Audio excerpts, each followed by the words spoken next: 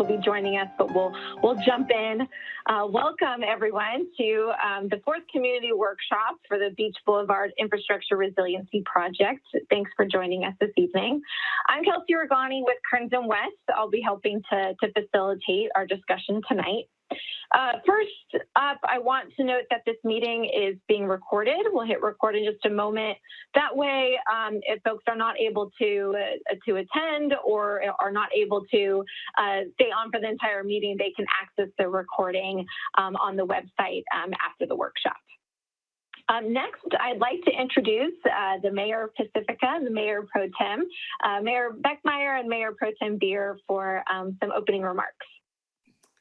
Thank you, Kelsey. Good evening, everybody. It's a pleasure to be here at our fourth workshop for the Beach Boulevard Infrastructure Resiliency Project. It's a mouthful, I know, and sometimes I have to look at the acronyms to get it right. But anyway, I'm really happy to be here. I want to take a minute to thank everybody. I want to thank Matt and Kelsey and Natalie from Kearns & West and your team. I want to thank Paul and Brian and Aaron and your team from GHD and all the folks from ESA. Thank you for all the hard work that you have put in to this project, and I'm sure that there will be more. So thank you for everything you're going to be doing for our city and for this project. And last but not least, I want to thank our very own Ryan Marquez for all of your work that you're doing all the time, Ryan. Thank you for everything.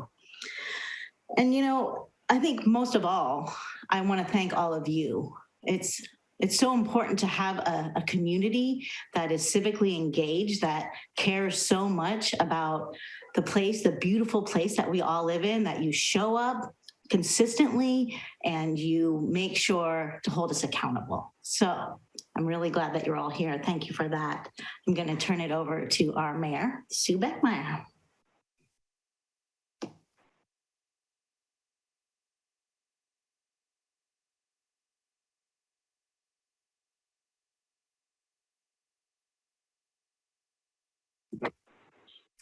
Sue, I'm handing it over to you.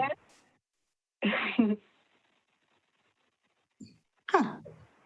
Well, it doesn't look like she can hear us. I can see her. Yeah, but I don't think she can hear us. Okay, well, maybe we can just wave at her. Sue. Oh, I have no sound whatsoever. That is why I keep popping in and out of the meeting. Well, it just so happens that she has sent me some of her remarks. So, it's okay with you, Sue? Should I just go ahead? I think I will. So our mayor is very concerned about our community. And, you know, she really wants you to understand that tonight we have an opportunity to hear from coastal engineers about alternatives and the factors that we must weigh in to evaluate the alternatives. And she wants you all to listen to the experts and to keep an open mind about what is being presented. You know, tonight is not the final step. It's the final. I think people are worried that it's the final workshop, but there's going to be more phases after this. So this is the final workshop of this phase. There's going to be future opportunities for ample public input and participation. So I'm sorry that you couldn't hear from Sue because she's, you know, much more, she's a really good mayor, and I was looking forward to hearing her. So I'm just going to turn it back over to Kelsey, and we're going to get going with the workshop. Thanks, everyone. Great, thank you. Yes, we'll work to get the mayor connected so we can at least hear her later and she can hear us. Thank you, Mayor Pro Tem. All right, so let me go through a bit more information on what to expect from tonight's workshop and how to participate. So starting with the meeting objectives, the project team will provide a project overview and we'll share updates since our last workshop in February. The project team will discuss the multi-criteria analysis, or the MCA, and how it was used to score each alternative. The project team will present the MCA high-scoring alternative and discuss possible hybrid refinements. And lastly, the team will build understanding of phase 2 of the Beach Boulevard Infrastructure Resiliency Project. So where do we go after this evening? So next up is our agenda for tonight. And it's really broken into kind of 4 key sections. Well, in just a few moments, I'll turn it over to Ryan to provide the project overview. Then we'll pause for some Q&A. Then we'll turn over to the GHD team to provide the alternatives analysis presentation. And then we'll pause for another round of Q&A. And then I think what we'll actually do is cover next steps and then move into public comment. That way, if you're not able to stay on through public comment, you'll still hear the next steps. And the last thing I'll note, and I've said this in past workshops, but there's a little bit of a window about exactly when the workshop will wrap up. And that's because the workshop will end after everyone who wishes to provide public comment has their 2 minutes to do so. There's a little bit of a window there exactly when we'll wrap up tonight. The next slide is our meeting ground rules. So for those of you who have now been with us for 4 workshops, you know, I bring in some ground rules into each meeting, asking that we all work together to have a productive, efficient, and respectful discussion. So I ask that you honor the agenda, participate actively and respectfully, work to understand each other's perspectives, focus comments and speak concisely, and speak in order. I'll be tracking our cue in the hands raised. So here's a bit more information on how to participate in the 2 Q&A sessions I mentioned. So the way that that's going to work is once we move into Q&A, the project team will respond to verbal questions. So if you have a question and you'd like to ask it, you'll raise your hand. And at that point in the Q&A, once we get to Q&A, we'll go through the queue, and once it's your turn to ask the question, I'll unmute your line, you'll ask the question, we'll remute, and then we'll continue through the queue in that way. Time permitting, the project team might be able to respond to some clarifying questions from the Q&A pod, but the project team will not be providing written responses tonight. So time permitting, the project team might be able to answer a few questions, clarifying questions that come in via the Q&A pod. Otherwise, the team will be answering questions live based on questions that are asked verbally. If by the end of the meeting you were not able to ask a question or you still have an unanswered question, please submit them in the post-meeting survey, which will be open through next Tuesday, May 4th. And lastly, to the extent feasible, I know it can sometimes be tricky, but to the extent feasible, please focus questions on the content that was just presented. That way we can try to keep the conversation as focused as we can. So I mentioned the post-meeting survey. On the next slide, I want to provide a bit more context. So the post-meeting survey is a way for you to share additional feedback with the project team. As I mentioned, it'll be open through Tuesday, and it's available in a few different places. It's available on the project website, and you should see the link to the project website in all of the slides. And we'll send out a link afterwards. We'll also link it in the chat directly. And then once you close out of the webinar, it should automatically redirect you to the survey. And then lastly, Ryan will send a follow-up email tomorrow with the survey. So we encourage you, however it's easiest to find the survey, to share additional feedback.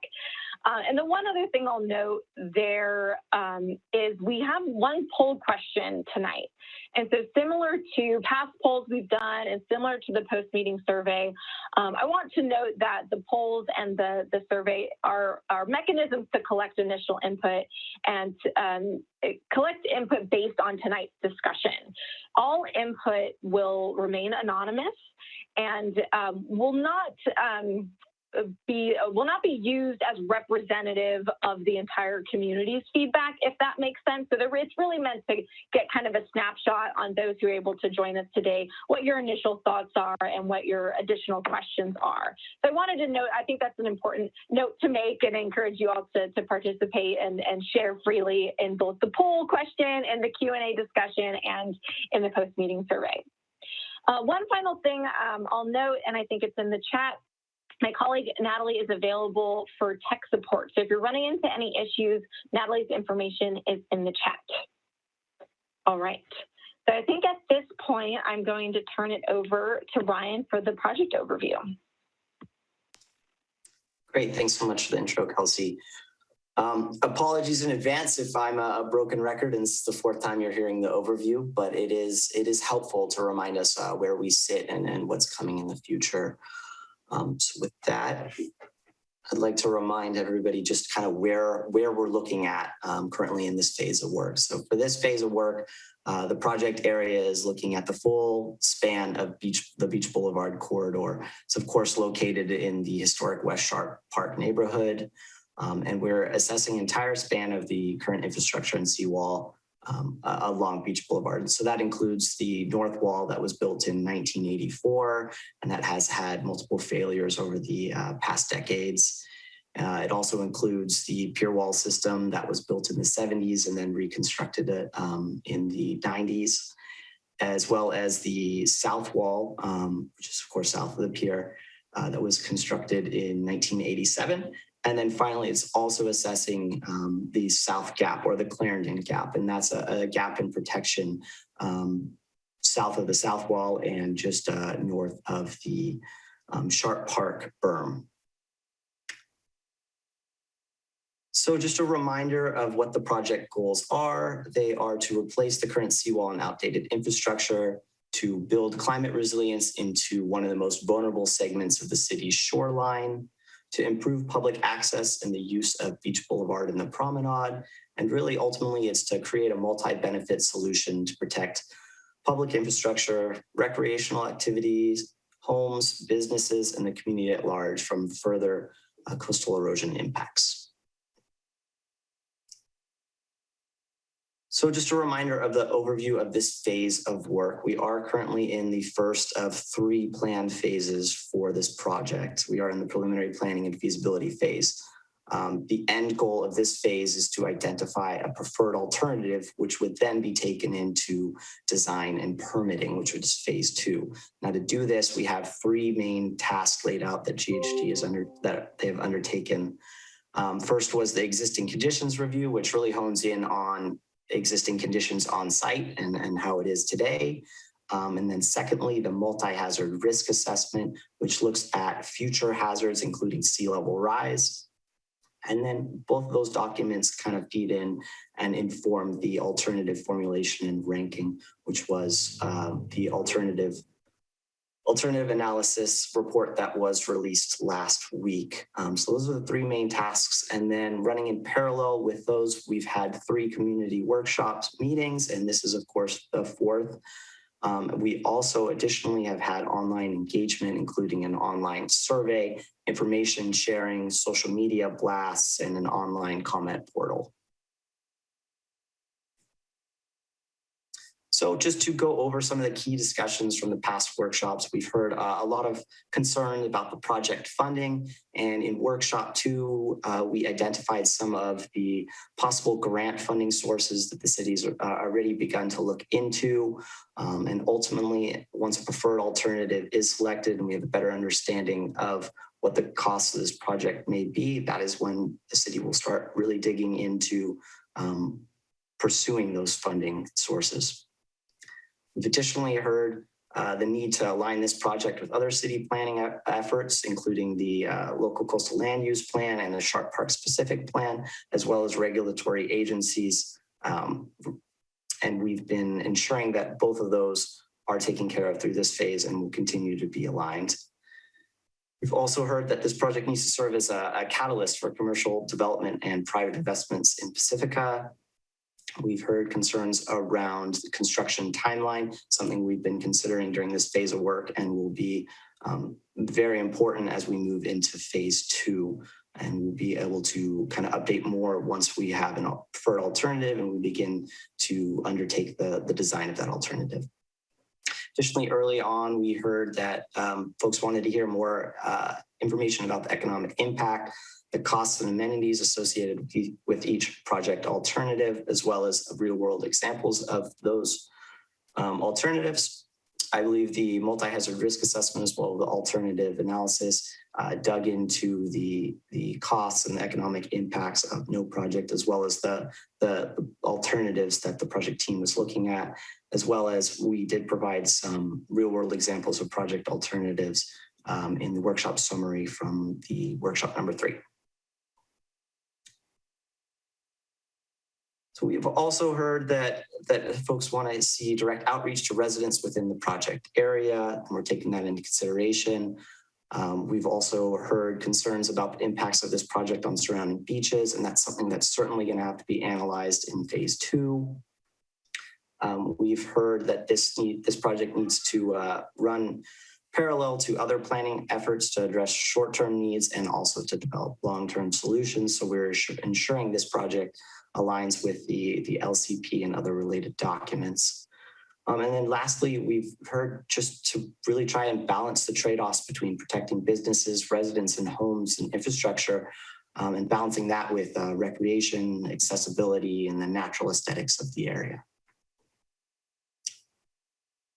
So with that, I'll open it up to our first Q&A, or I'll pass it back to Kelsey to open it up for our first Q&A.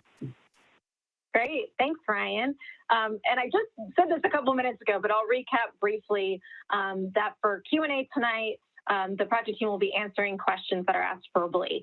So if you have a question, please raise your hand and that'll establish the queue for us. And if you're just on the phone, I think I saw at least one person who's just on the phone, you can dial *9 and that will raise your hand for us. So we'll take a few minutes here for the first round of questions, and then we'll continue on into the technical, more technical sides of the presentation. So first up, I see a couple hands up. Jeff Goulet first, and then Mark Hubble. And I apologize in advance with last names if I pronounce them incorrectly. Bear with me. Okay, Jeff is up first. So, sorry, when I joined the meeting, it started with my hand raised and I lowered my hand, so I don't have any comment at this time, but thank you everyone for your hard work. Great, well, nice to hear your voice, and thank you. All right, so I see Mark Hubble, Cliff Lawrence, and then Margaret Goodell. Okay, so Mark.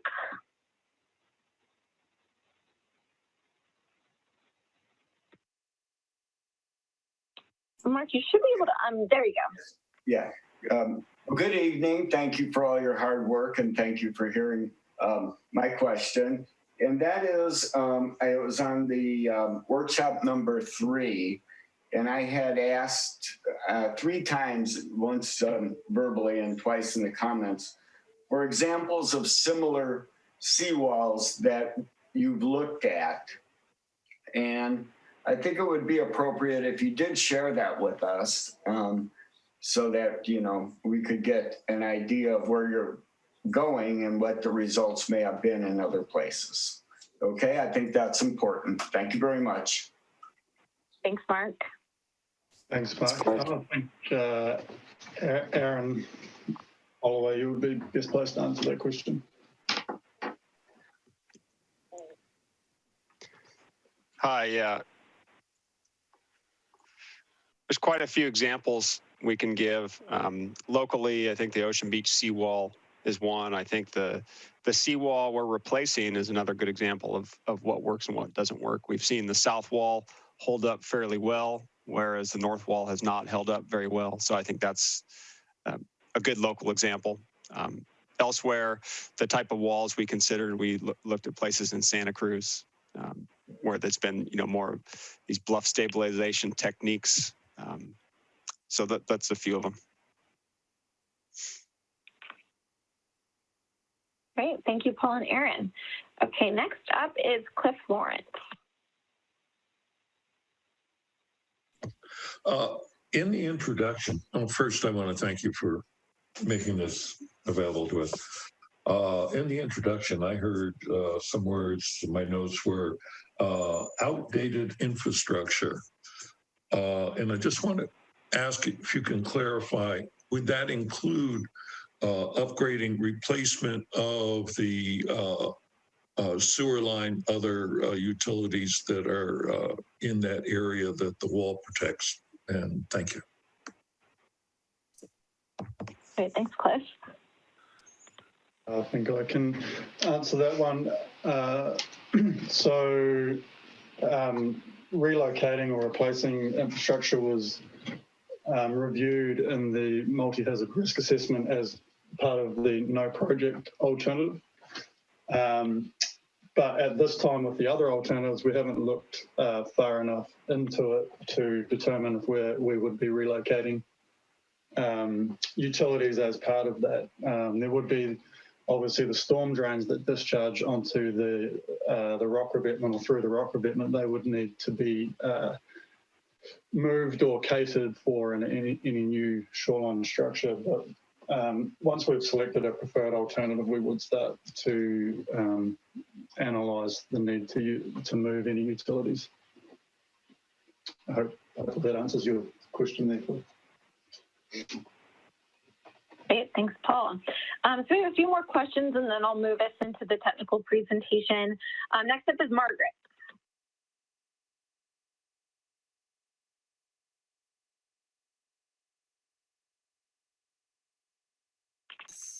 Stan Zeven is sharing my computer. He would like to question. Okay, thanks. Hi. What are the city's backup plans if the city can't get all the money from grants for the wall? And what about our other primary issues? What money options will be left for other infrastructure, fire protection, and other 5.5 miles of coastline? And how much of this is planned on being paid for by bonds from Pacificans? Thank you. Great, thank you, Stan. Thanks, Ron. Go ahead, Brian. So thanks for the question, Stan. So on the funding element, we're not quite sure exactly how much we're looking at this juncture to be paid with local funds. We're still digging into it.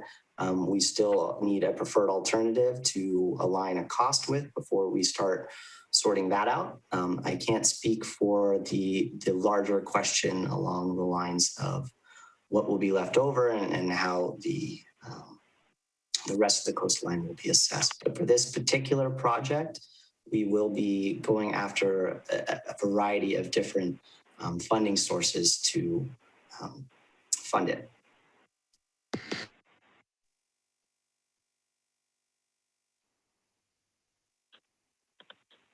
Great, thank you. Okay, so a few more questions. Chris Redfield, you're up next.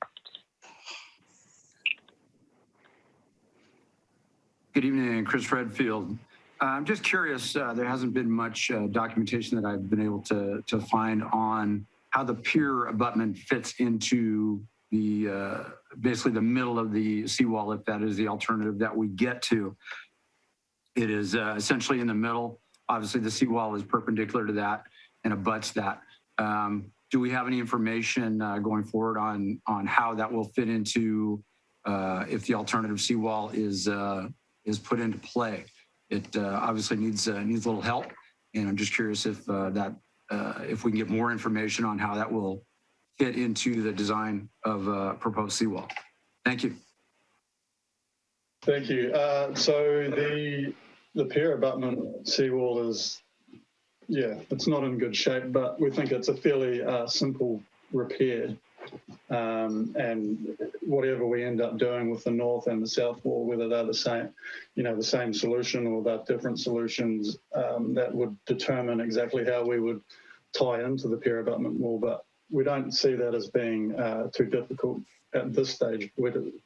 At this phase of the project, we're basically looking at what the solution will be for the north and south, not the pier abutment wall at this stage. But it is being considered in the future, for sure. And we are being mindful that the alternatives will be able to accommodate that pier abutment and tie in and work together as a system. Correct. Okay, I am mindful of our time, but let's take just 2 more questions and then we'll move on. Next up is Christine Bolt. Good evening. I'm looking forward to the presentation tonight. So again, the title for this whole project is the Beach Boulevard Infrastructure Resiliency Project. And while I appreciate the documentation and the multi-hazard risk assessment, the fact that it lumps all the infrastructure in the larger Sharp Park area into the no project alternative, which of course has a high total valuation number as it includes all the homes and businesses in the area, I think is problematic. I don't understand why we're looking at an all or nothing project. Aren't there some compromise solutions that would perhaps move the seawall inland, maybe to the sidewalk, maybe to the other side of Beach Boulevard, that would allow the buildings and pedestrian path to remain? Moving the wall inland could potentially mean that it would not need to be as tall, or that it could perhaps have a longer expected life. What's missing in these GHD reports, which I've asked Public Works for repeatedly since January 21st, is an understanding of the critical infrastructure which is more immediately threatened, that which is right under Beach Boulevard.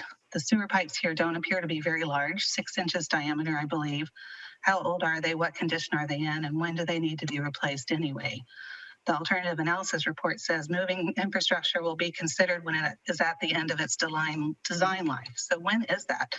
If we're really looking at resiliency, shouldn't we move the sewage infrastructure now anyway, so we don't risk toxic sewage spills into the ocean that could occur at any time from seismic breaches or equipment failure?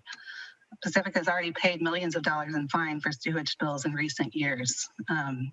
I live in north of Sharp Park, so my sewage, along with 16,000 other residents, flows to and through the Sharp Park pump station, which is threatened by sea level rise. So I'm really concerned, and I think that the infrastructure needs to be looked at hand in hand with this project and not as something separate at the end. Thank you.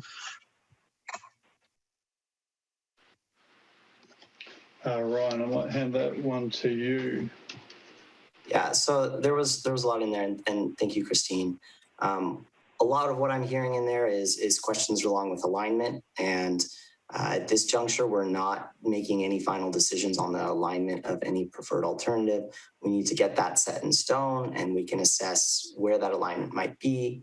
Last meeting, we discussed the southern wall alignment and the possibility of pulling that back towards where the parking is. And so we're going to continue that in phase 2, and we're going to continue to look into that and make sure that the alignment does make sense and is best use of the space. As far as the conditions of the infrastructure, specifically the wastewater in the area, we've been in contact with the wastewater division, and from my understanding that they believe the pipe there is in good condition and can last at least another. The time frame that I've received is late into the 2090s.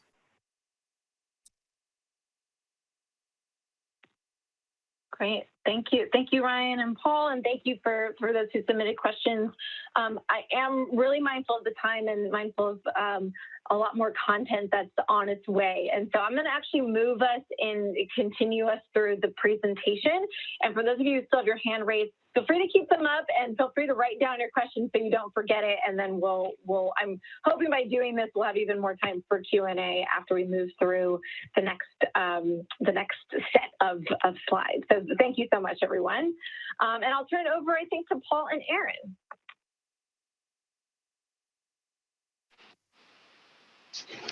Thanks, Kelsey. Sorry, I'll just get my camera on here. So I'm Paul Henderson. I'm the project manager from the consultant side on this project in GHD. Hopefully most of the audience were able to attend the public workshop number 3, where we ran through our method for the multi-hazard risk assessment, or the MHRA as we call it. But workshop number 3 was over 2 months ago, so I will provide a quick refresh on the MHRA for some context before Aaron's presentation on the design alternatives and the analysis.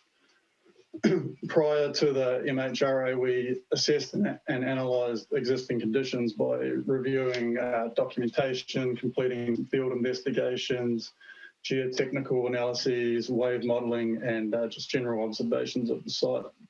And in those analyses, we've determined that the hazards at the site, which is the H part of the MHRA, we determined them to be primarily coastal flooding, coastal erosion, and earthquakes. I'll give you a quick description of each of these hazards, starting with overtopping. So that poses a hazard to public and property, and an example of that is, unfortunately, a person being swept off their feet by an overtopping wave. We have the coastal flooding, which is primarily caused by the overtopping. We saw a lot of that in December and January, and it caused some significant damage at the interface of the pier abutment and the north wall, which the city has recently finished repairing. Coastal erosion is generally caused by wave action, and we obviously have the examples on the bluffs to the north, where many properties have been removed over the years, and the bluffs are clearly moving inland.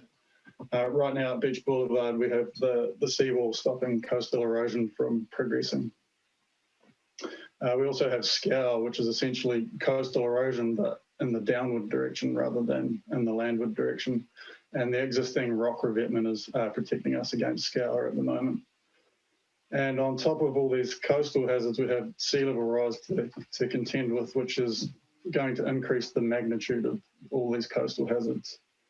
And then we have the earthquake hazard, and we know Pacifica is located in close proximity to the San Gregorio and San Andreas faults. And the hazards from earthquakes are obviously physical ground movement and shaking, and rupture of the surface and soil liquefaction. And Aaron's presentation will show you how our design alternatives mitigate these hazards. Okay, so they were the hazards, which is the H part of the MHRA, and we also analysed the risk of these hazards occurring, which is the R part of the MHRA. And one of the tools we used to analyse the risks was to run a hypothetical scenario, which is what would happen if the current shoreline protection was not repaired or maintained from this point forward. And we call this our no project alternative. And we found in this risk assessment is that if the Beach Boulevard shoreline is left unprotected, we can expect complete loss of Beach Boulevard itself by 2030, the loss of about 50 buildings by 2050, and the loss of more than 160 buildings by 2100. We would also lose utilities and other infrastructure, which would require relocations. And of significance is the complete relocation of the sewer main from Beach Boulevard to Palmetto, and also that would require a new pump station to be constructed to replace the Sharp Park pump station. There'd also need to be street reconfigurations and a number of other critical utility relocations. And if the shoreline is not protected, we also need to consider the pier. Is the pier moved, or do we need to extend the pier as the shoreline recedes landward?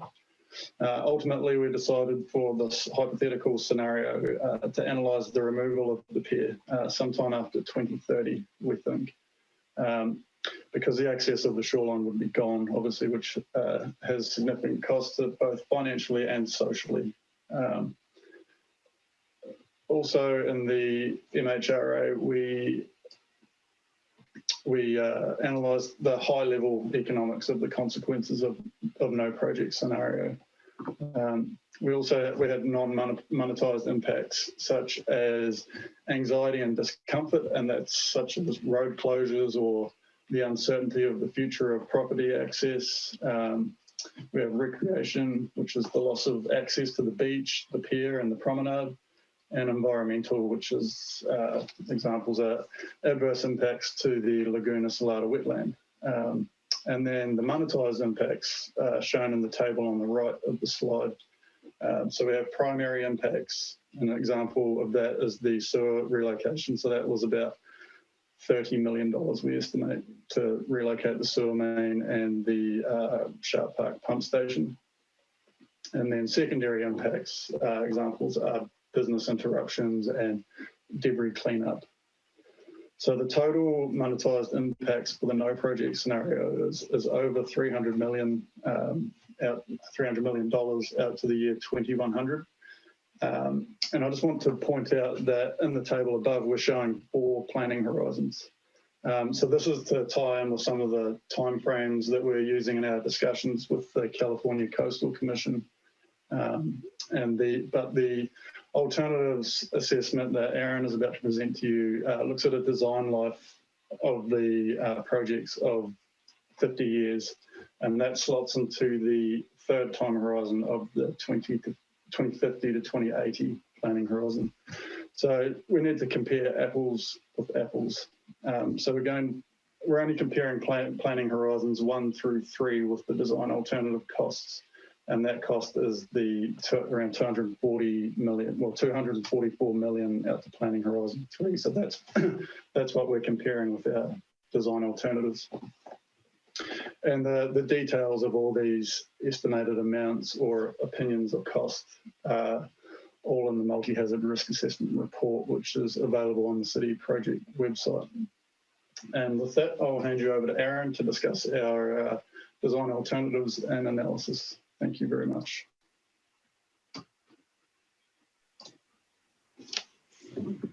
Thank you, Paul. Before I really get started, I want to do an audio check. Kelsey, can you give me a heads up if I've got an echo going again?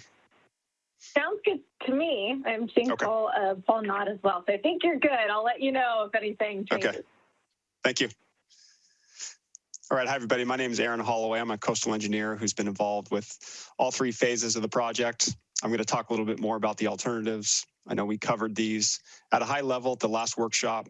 We're considering beach nourishment, seawall, revetment, and sand retention with beach nourishment.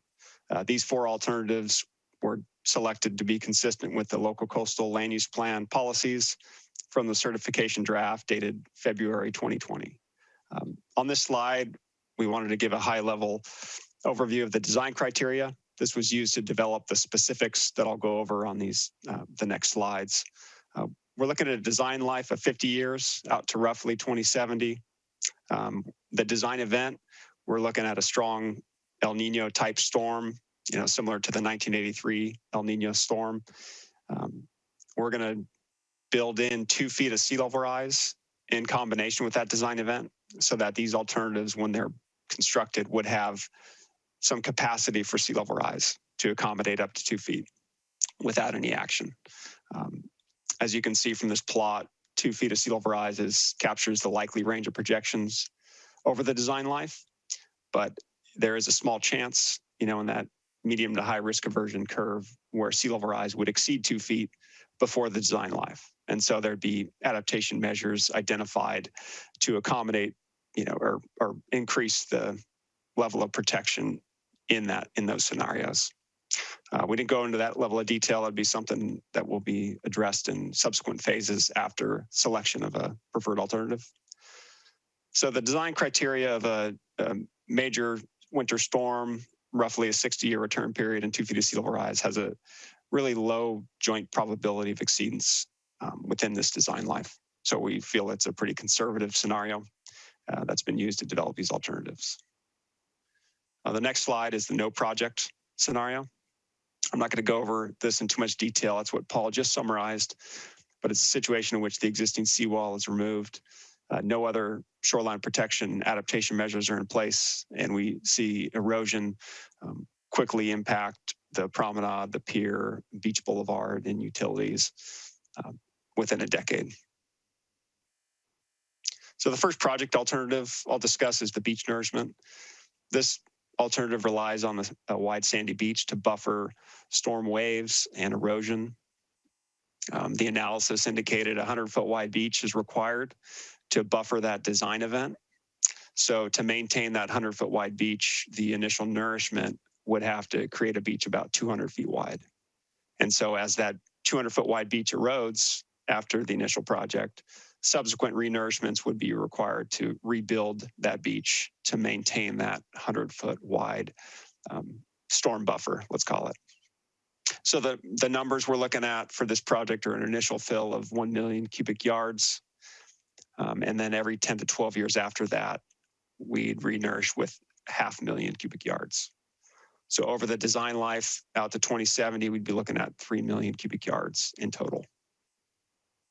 And at the back end of this beach, we would probably have a structure similar to what's out there today, likely an improved version, at least along the north wall, but something to provide a backstop and transition between the beach we've created and the upland resources like the promenade and beach boulevard. And the next slide, this is the seawall concept. In this alternative, we've considered a situation where the rock revetment is removed and the existing seawall is removed and replaced with a new structure. This structure, because there's no rock and because there's no scour protection, it would have to be designed to not only be high enough to limit wave run-up and overtopping, but also deep enough to withstand scour and during a storm event and expected over the life of the structure. So to accommodate this design criteria, the seawall would have to involve 5-foot diameter reinforced concrete piles driven next to one another along the existing alignment. They'd be about 70 feet deep.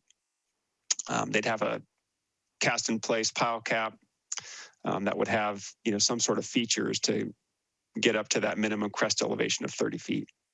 And because there's no rock there, because there's no beach in front of this in the design event, the crest elevation will need to be higher than it is today. So we're looking at a minimum crest elevation of about 30 feet. So just north of the pier, that's an increase in wall height of about 4 to 5 feet. That's about all I'll summarize for this alternative. The next one is the rock revetment. This is the other hard protection alternative considered. This involves placement of 2 layers of very large stone, 8 to 10 ton armor stone, which has about a 6-foot diameter for each individual stone. And this would be a massive structure, much higher and wider than what's out there today. We'd have the rock placed up to about the existing wall elevation. And it would have a crest width of about 20 feet. So it would be a massive structure, and that's what's required to limit wave run-up and overtopping. Because the rock is effective at dissipating wave energy and reducing run-up and overtopping, that we don't need as high of a crest elevation. So the minimum crest elevation for this structure would be about 25.5, similar to the elevation of the seawall north of the pier. So in other words, there wouldn't be any increase in that structure height, but there would be this extension of large armor stone out that would be visible and would be, a hindrance to access, at least across that structure.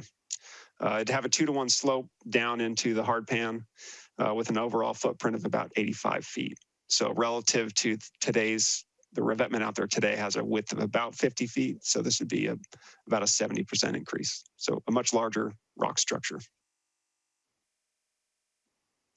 And the last alternative we'll cover is the beach nourishment with sand retention. This alternative evaluated what benefits we'd get out of putting in some offshore structures to knock down the wave energy so that we have a better chance of retaining a beach behind these structures. We looked at both low-crested breakwaters and multi-purpose reefs. The image to the right here is a plan view graphic of a multi-purpose reef where you'd have a structure on either side of the pier, and as waves shoal across this structure, they'd be forced to break, therefore dissipating energy. And in the leeward side of these structures, you'd have a salient form because there's less wave energy, the sand would deposit and have a more stable beach behind these structures. So the main benefit of these structures is that they would reduce the requirements for renourishment. We're still looking about the same initial fill volume of 1 million cubic yards, but it doubles the renourishment cycle. So rather than every 10 to 12 years, this alternative would only require renourishment every 20 years or so, for a total of 2 million cubic yards over the design life. So the next slide covers a few alternatives. I know some of the questions came up in previous workshops and in the surveys after the workshops about living shorelines. So this is a real umbrella term, captures a lot of different techniques. Most often, living shorelines refer to techniques used in protected waters or embayments, like oyster reefs, marsh restoration, and horizontal levees, which aren't really applicable in the open coast environment of Pacifica. Sandy beach and restored dunes is something that is applicable. That's what you would see on this type of coastal setting. And so, although we don't call it living shoreline, the beach nourishment alternative and the beach nourishment sand retention provide a good indication of the viability of a living shoreline solution in this location. Manage retreat, based on the policies in the LCLUP, it was not a recommended strategy at this time. So that was not evaluated in detail. The no action scenario presented in the MHRA does have some similarities to managed retreat. So it gives an idea of if nothing's done, no protections in place, what does the city stand to lose? And infrastructure relocation, that comes up a lot. There is infrastructure, important infrastructure within this project corridor. And can we just simply relocate that? And while that would reduce the risk of damage to that particular piece of infrastructure, the other risks like to the public safety due to flooding and overtopping, or access amenities like the pier and the promenade would not be addressed by simply relocating the infrastructure. So while that would be partially successful, but it would not address kind of these overall project objectives. So our next slide covers the cost summary. This is a summary of the life cycle costs. So the initial costs involve what it would take to build the project. And these are all compared to that no project MHRA scenario. So the beach nourishment would be about a $60 million project to put out the first 1 million cubic yards.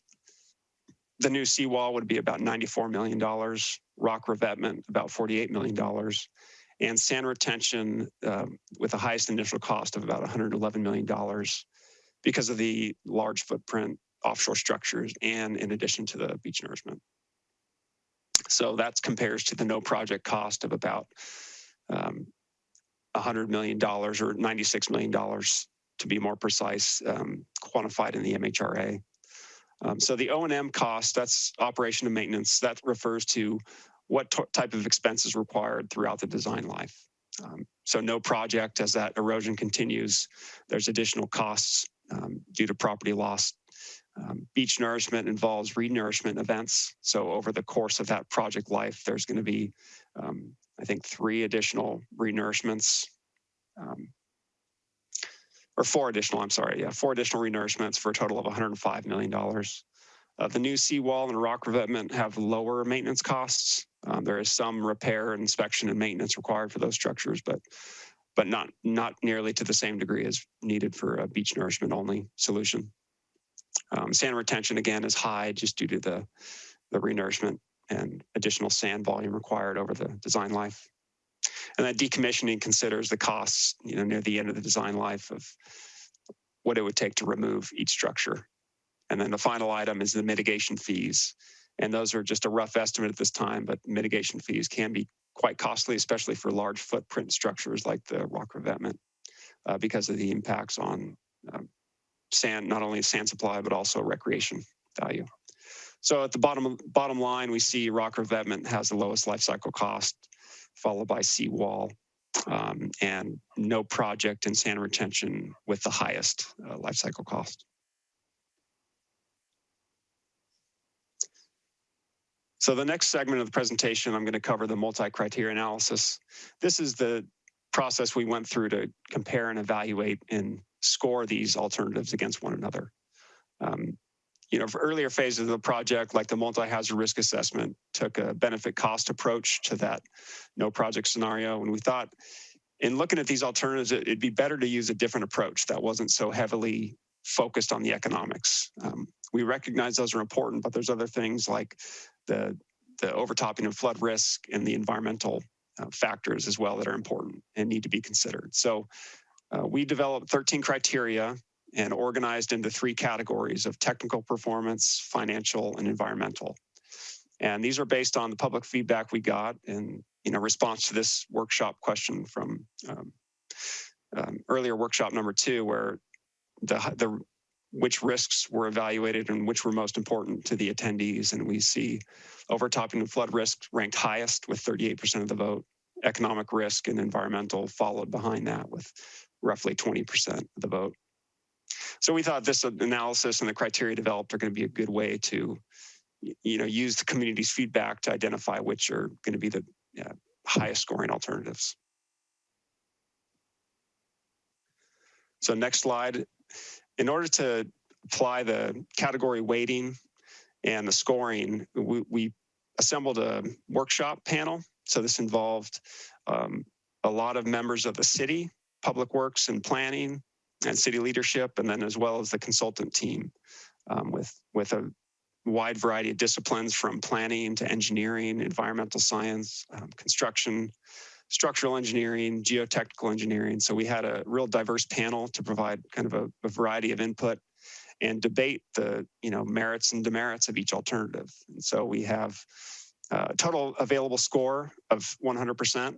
This was divided out into 3 categories of technical, financial, environmental. And then within each category, we have 5 or 6 criteria. And then each criteria was scored on a scale of 1 to 5. And so the next slide gives us a breakdown of these criteria within each category. Technical performance accounts for roughly 40% of the total score here. And we see that within that category, we're looking at flood protection, erosion protection, in terms of how well does each alternative meet those design criteria, reliability, how well does each alternative handle a series of storms or persistently high water levels or things that are beyond what is considered in the design event. And then operability, constructability, and sea level rise adaptability make up the rest of the technical performance category. Financial is largely the life cycle cost, as we covered on that previous slide, and also grant funding potential. The costs of these alternatives are significant and beyond the capability of the city to fund alone. So grant funding is going to be an important element. And so that's part of that financial criteria or financial category score. Financial makes up about 30% of the total score. And then the environmental category has 5 criteria. They are marine biological resources, terrestrial biological resources, visual resources, general recreation, which refers to promenade, pier, beach recreation, and then we have coastal access. Each of those is equally weighted within that category, and altogether they make up 30% of the total score. And so the next few slides go by category by category. These are the results. We have the alternatives listed from top to bottom. No project received the lowest score on the technical performance. Seawall and rock revetment scored highest. The structural alternatives scored highest mostly because of reliability and sea level rise adaptability. Beach nourishment and sand retention both were capable of meeting the design event, but there are some concerns about reliability of beach nourishment. If the grain size is too fine, or we have a hard time finding an adequate supply with the budget available, there can be concerns about the longevity and the successful renourishments required to maintain that protection. And then the financial category on the next slide, we see that revetment is the highest scoring alternative, largely because it's got the lowest life cycle costs. And seawall is just behind revetment with a score of 23%. And both of these also scored highest in the grant funding because they're more consistent with the FEMA BRIC program and the coastal resiliency projects funded through the Corps of Engineers. And then the environmental category on the next slide, we'll see that beach nourishment and sand retention score highest. The widened beach offers a variety of benefits to marine resources, as well as coastal access and recreation along the project area. Seawall has a score right there in the middle range.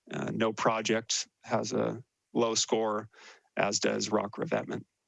No project is scored lower here, largely because of the loss of access along the promenade and the pier, both very important coastal access or public access and recreation resources to the city. And so all together, we see the overall scores shown here with seawall ranked highest at 75%, followed by rock revetment, beach nourishment, and sand retention. So all 4 project alternatives are clustered there between 63 and 75%. No project is significantly lower than that at 36%.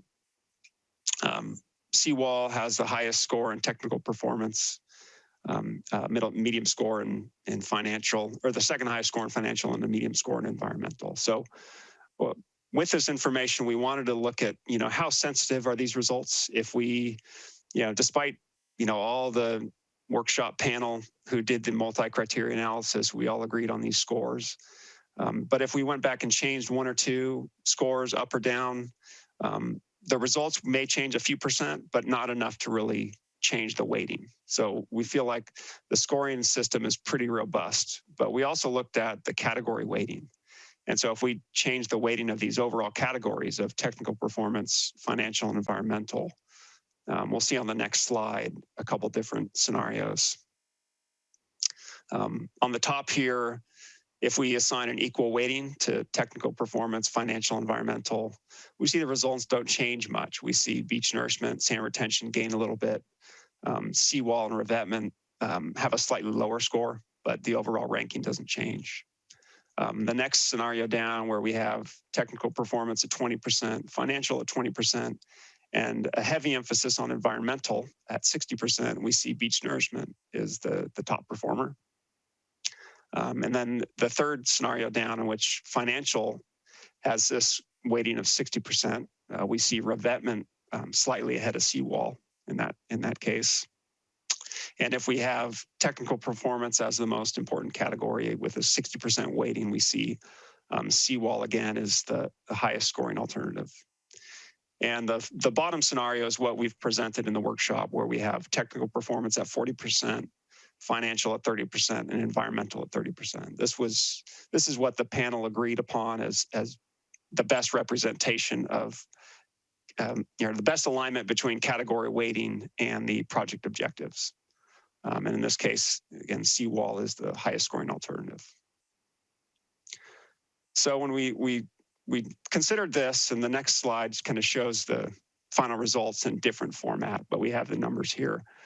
We see seawall ranked 1 with a score of 75%. But the design team was, trying to learn from this exercise and see, where did some alternatives score better than others? And we see there's, definitely positives in environmental for beach nourishment and sand retention, and the added beach was a benefit. So the idea was, is there a way to combine some of these alternatives to make a hybrid alternative that would, possibly score better and be a more effective project? So that is still a little bit in progress, but the next slide shows an example of what this would look like, where we have a seawall at the back, an improved seawall, but a reduced diameter wall. So rather than 5-foot diameter piles, it'd be 3-foot diameter piles. And we'd have a rock scour protection to limit long-term scour in that design event, so that we can get away with a wall that's not quite as large and not quite as deep, saving costs there. And then also couple that with beach nourishment to bring in some benefits of a wider beach for the environmental benefits, but also for the engineering benefits of just an added buffer to keep the waves and water levels away from that wall, for some protection and reduced wear and tear on that structure. So this is an alternative we're considering right now. It would, have a life cycle cost of about $114 million. So the cost savings in this smaller diameter seawall is really used to, fund these beach nourishment and rock scour protection. So while not, having a major cost savings, it would offer significant benefits from the recreation and access perspective with the added beach. So we think it would score higher than any of the other alternatives if put through that same multi-criteria analysis. And so that's, go ahead, and that concludes the presentation alternatives, and we'll open it up for questions. Great. Thank you, Paul and Erin. I know that was a lot of content, so we appreciate you all hanging in there. And now we have plenty of time for Q&A and to kind of reconcile some of what you just heard. Before we go into Q&A, let's do a quick recap of how Q&A will work. You're already learning it by now, but the project team will we'll be responding to questions that are asked verbally. So if you have a question, please raise your hand. I see folks are already doing that. And then I'll give a heads up once it's your turn to speak, unmute your line, ask your question, put you back on mute, and we'll move through the rest of the queue. Time permitting, the project team may be able to respond to a couple clarifying questions in the Q&A pod. So it's just kind of time permitting, and the project team wants to focus on the questions that are being asked live, or asked verbally, I should say. If by the end of the meeting you were not able to ask your question, or you still have unanswered questions that you'd like to submit to the project team, please do so in the post-meeting survey. And to the extent we can, I really encourage you to keep your questions as concise as you can, and focus on a lot of the content that we just shared. That way we can get through as many questions as possible and really try to maximize that time together. A couple more things. If you are just joining us by the phone that have a question, I think if you hit *9, that'll raise your hand in the meeting room. And then the one other thing I wanted to note is that our poll question, we're going to run that either at the end of the Q&A, or maybe when we might want to pause during Q&A. So I want to give a heads up. It's coming soon, but we wanted to allow have more time for questions before we move to the poll question. So I think we're ready to go. And then we're also going to bring up a slide that kind of has the table of contents of a summary from the presentation, if that's helpful to organize our thoughts during Q&A. All right. So a few hands are already up. So we're going to start first with Leo Leon.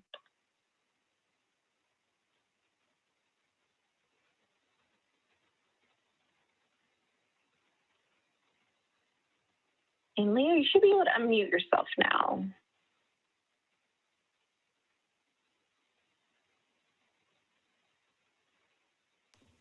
There we go. There you go. All right, thank you. So far, the presentation has been, very numbers oriented and very technical. One thing that would help me, and I've been using that coastline for about 30 years, more than that, is currently and historically, the area has accessibility. It has visual benefits, and has access to the used to have stairs that went down to the beach on the north side. You really can't use those anymore. But access at Clarendon actually had stairs that went down 2 flights to the beach. I guess what I'm trying to get at is a comparison from these alternatives that reflects on the at least what the current access is to the berm trail that goes to Maury Point, the beaches that exist on the south side of the pier, all the way down. And under these alternatives, and the pier itself, and under these alternatives, what is the change from what we have access to now and what we're familiar with now? So we have a point of reference as to what these changes will mean in relationship to what we enjoy now. And that's my question. Could we have, is that something that we can add in as a point of reference? Yeah, so thanks, Leo. So our design isn't developed far enough to, show any drawings of access points, but I can tell you that in the cost estimates, we have allowed for, to at least duplicate the stairs that you have now for accessing the beach. And then ultimately, we haven't looked in too much detail into it, but closing the gap at Clarendon, which would mean whatever shoreline protection structure we end up with, that would improve access to the levee and to that walkway to the south. So there wouldn't be any loss of access in what we're developing. It would only be as good as or improved.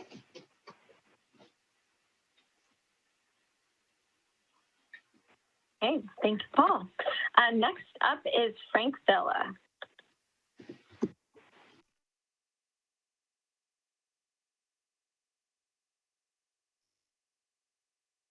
Frank should be able to unmute your line now.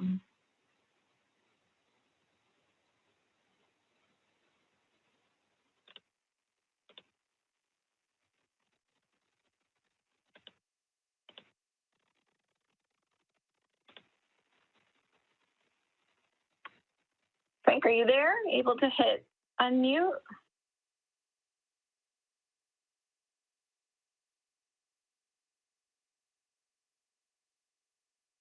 Give it one moment. Frank, are you there?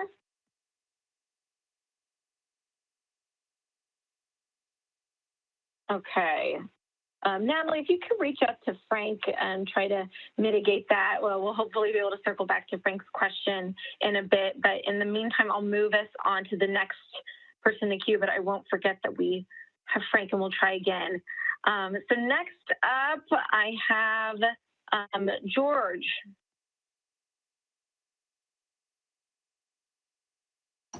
I'm unmuted? Yes, we can hear you. Thanks. A couple of questions on the multi-criteria analysis. Were you able to do any analysis on the resiliency of the alternative? And what I mean by that is if there is some catastrophic event, how each of the alternatives respond to that event.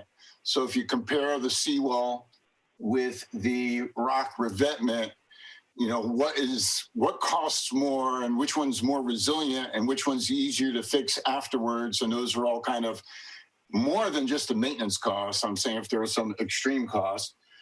And the other question would be, were you able to measure the impacts of the various alternatives on the shoreline or the near shore itself?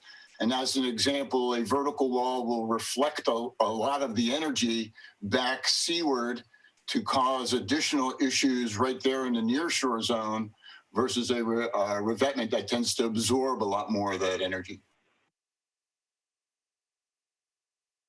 Great, thank you, George. Thanks, George. I will pass that on to Aaron. So we have two questions there. One about the multi-criteria analysis, analysing resilience. Did we do that? Yes, we did, and Aaron can talk about that. And did we measure the impacts on the shoreline? Yeah, sure. The multi-criteria analysis did include consideration for resilience. I think we used terminology like reliability or sea level rise adaptability, really just considering when conditions exceed the design event, how do these alternatives perform? And so that was taken into account, you know, in our analysis, the team determined that seawall and revetment, you know, are more resilient, and that when the design events are exceeded, that they would be able to sustain a higher amount of protection versus sand retention and beach nourishment. If we get event.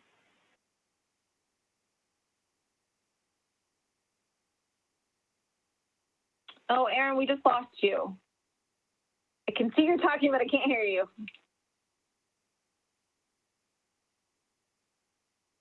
How's that? Am I back, Kelsey? There you go. Yes. Yeah, so I think that answers the first part of the question. The second part regarding impacts to the nearshore zone, those weren't evaluated in detail. They'll be more of a phase 2 item when we work through the environmental analysis. But yeah, like you said, revetment's going to absorb more energy. Seawall is going to reflect more energy. Beach nourishment and sand retention obviously are going to add more sand to the system, which will benefit shorelines, you know, in front of and adjacent to the project. Okay, thanks, Aaron. So next up is Jim Creamer. Hi, can you hear me? Yes. Okay, good. I probably should have gone earlier in the earlier Q&A, but I didn't. So first, let me say that I accept that some armor really does need to be considered on Beach Boulevard. The executive summary of the recent report and elsewhere in the report refer to, quote, the design criteria greater than 2 feet of sea level rise in a 60-year storm event. So I believe that we can also agree, not just that we need armor, but that whatever we decide on will have a limited design life, mainly buying time, giving us time to solve larger problems of moving infrastructure and finding an equitable solution for property owners in the hazard zone. That said, the details of the short-term fix are still really important. I want to start with my question, which is a really long-term question. Is anyone asking how Sharp Pike might ever again regain a natural walkable sand beach along Beach Boulevard north of the pier? I really think this is possible, but it would need to be a new consideration included in these early steps. If you ever want a realistic chance to have a beach again, especially north of the pier, you have to give the shoreline room to move inland.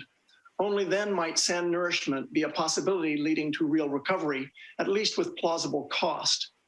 Most coastal geology science is nearly completely in agreement on this.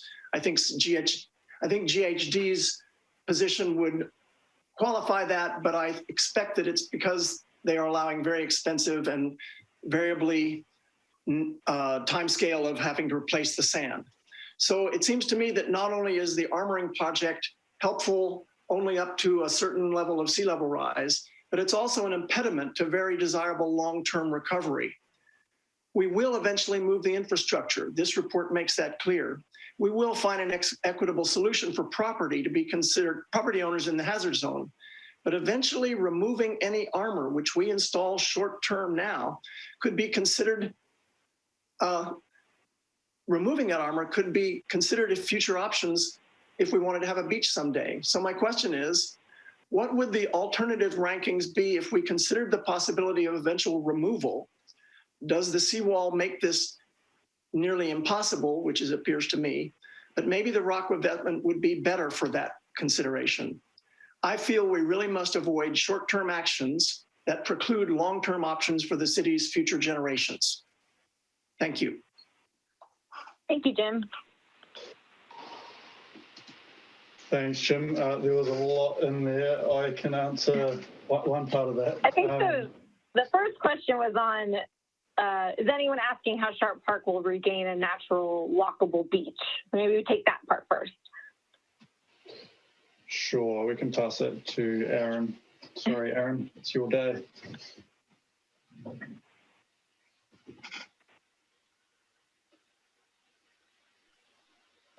Perhaps Aaron can't get on. I can answer part of the question about the removal of the shoreline protection. So all of the alternatives that we assessed, as Aaron showed in the presentation, we assessed the initial capital cost, then the operations and maintenance cost, and then the decommissioning cost as well. And I think the decommissioning cost, at least the financial costs of decommissioning, were considered in the analysis.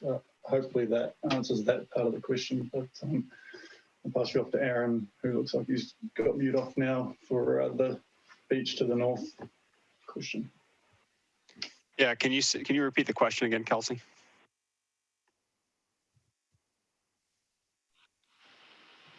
Kelsey, we can't hear you. Aaron, I can step in and help there. I know you were having some technical difficulties just to catch those elements on the actual on the structural side. So any of the options can be removed, whether that's a seawall, the sea camp wall that we use in the costing, or a revetment, they can all be removed. And Paul mentioned that the costs come in that side. So there's no real differentiation in that side of things.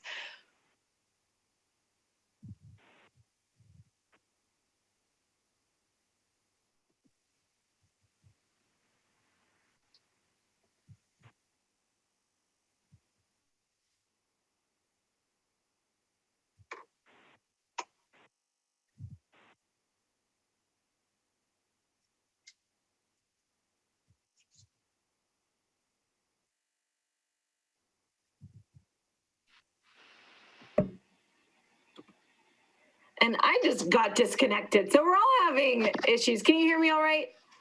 Yeah, I can hear you. Yeah, I can hear you, Kelsey. Okay. Sorry, we're being thrown for a loop here. Jillian or Aaron, do you want to test audio quickly? And then I have an idea to keep us moving. Okay. Am I echoing now? I can hear you. That's out again. So I apologize, everybody, for our technical difficulties. I guess that's a little bit of reality, right? I was saying, hopefully you could understand through the echoes and through my accent, that any of the structural options can be removed. And even with removal, even with managed or unmanaged retreat, does not naturally equal a beach. So a lot of that has to do with the wave climate, the bathymetry, what's going on up and down the shoreline. So it's not just a given that when you remove something, the beach will come back. There's so many more factors in that. But from the cost side of things, I think, Paul, you covered it there. The decommissioning costs are in there. there are more or less expensive, but none of these options preclude a future scenario, right? None of them preclude us from doing something or reaching something at the end game.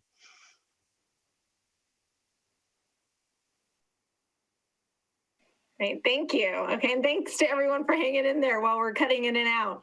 Hopefully we steady out here. So next up is Margaret, and then Stephanie, then Robin. Yes, I'm sorry. Do you mind if I add something in on that? Oh, sure, go ahead. Hi, Bonnie O'Connor, Associate Planner. I just wanted to also remind that the planning effort and the policies that this project is following is based on the certified draft LCP policies. And within that document, as Jim thankfully helped, work on and provide input on, it does provide policies for us to monitor our policies and establish a schedule and timelines and deadlines of when we need to reassess our adaptation plan. So that will be the trigger at the planning level, not at the technical level, but at the planning level of when the city will reassess, if protection is still the right decision for this area. So just wanted to give a planning level response to that. Thanks, Bonnie. Okay, Margaret, I think you're up. So let me open it. I don't think you can unmute your line. Okay, it's Dan again. Oh, I'm sorry. Yes, hi. Should have known. First of all, I'd actually like to say that you guys are doing a bang-up job given the limitations our city council has handed you.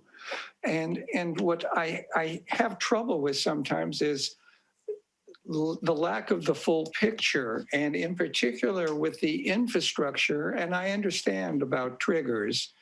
I love the fact that our pipes will last to 2090 and that the system is going to run forever. But the real issue with the sewer system is not the strength of the pipes, but what's in place for the city to do if the system gets overrun and there's backup. Sewage backup. That's my question. Right. I think I'll have to hand that off to you, Ryan. So, a question for the city. Sure. So capacity issues generally would not be related to necessarily wave overtopping. There could be infiltration issues. However, our wastewater division is working tirelessly to ensure those are shored up and that we don't have infiltration and info issues, and that would lead to better capacity. Additionally, the wastewater department is working on their master plan, which should be coming out in the next few months. So that should give you a lot of detail about the capacity and the systems addressing of sea level rise.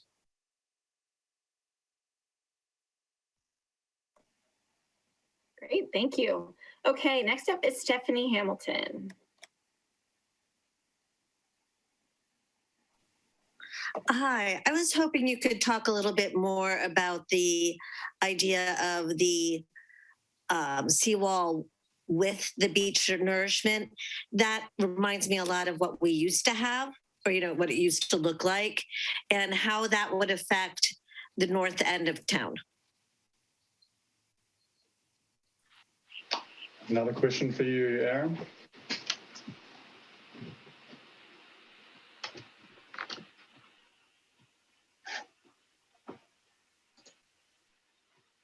So the question was about beaches north of the pier. Is that what I heard?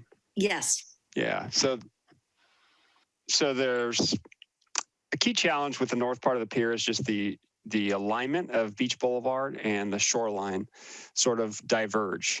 In other words, the Beach Boulevard alignment sticks out further from where the natural shoreline wants to be, which is going to make it more difficult to retain a beach there.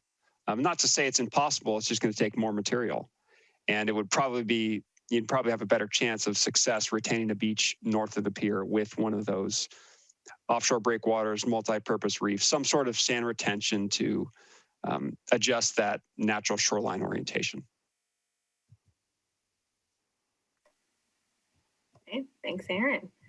Okay, next up is Robin.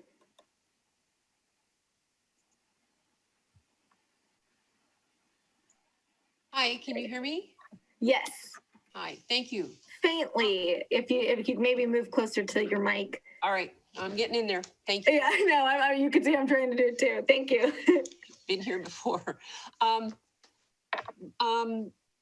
Going back to the seawall, and I believe in your paperwork, and I'm looking at this. How much higher in a seawall just the straight, not the hybrid model? How much higher would that seawall be from the existing wall that we have? That's one question. One of my questions. I'll answer that, Paul, if you'd like. The seawall, well, the height relative to existing wall would vary because the height of the existing wall varies. There's parts of that north wall that are up above 30 feet, so those would not be increased at all. But closer to the pier, the first couple streets north of the pier where the wall is about at 25 feet today, there would be an elevation increase of 4 to 5 feet. Okay, 4 to 5 feet. Okay, then in the hybrid model that you were discussing, and I know that you weren't really presenting it, but you were discussing it. And whatever that might entail, what would be? Is there any difference in proposing a hybrid model in terms of its strength, its longevity, in terms of standing up, or its structural soundness, in any difference of that? Or is the purpose of submitting the hybrid looking at the alternatives in terms of cost and the other things that you mentioned? But I'm just wondering, structurally, and the engineering involved, I guess, would be different.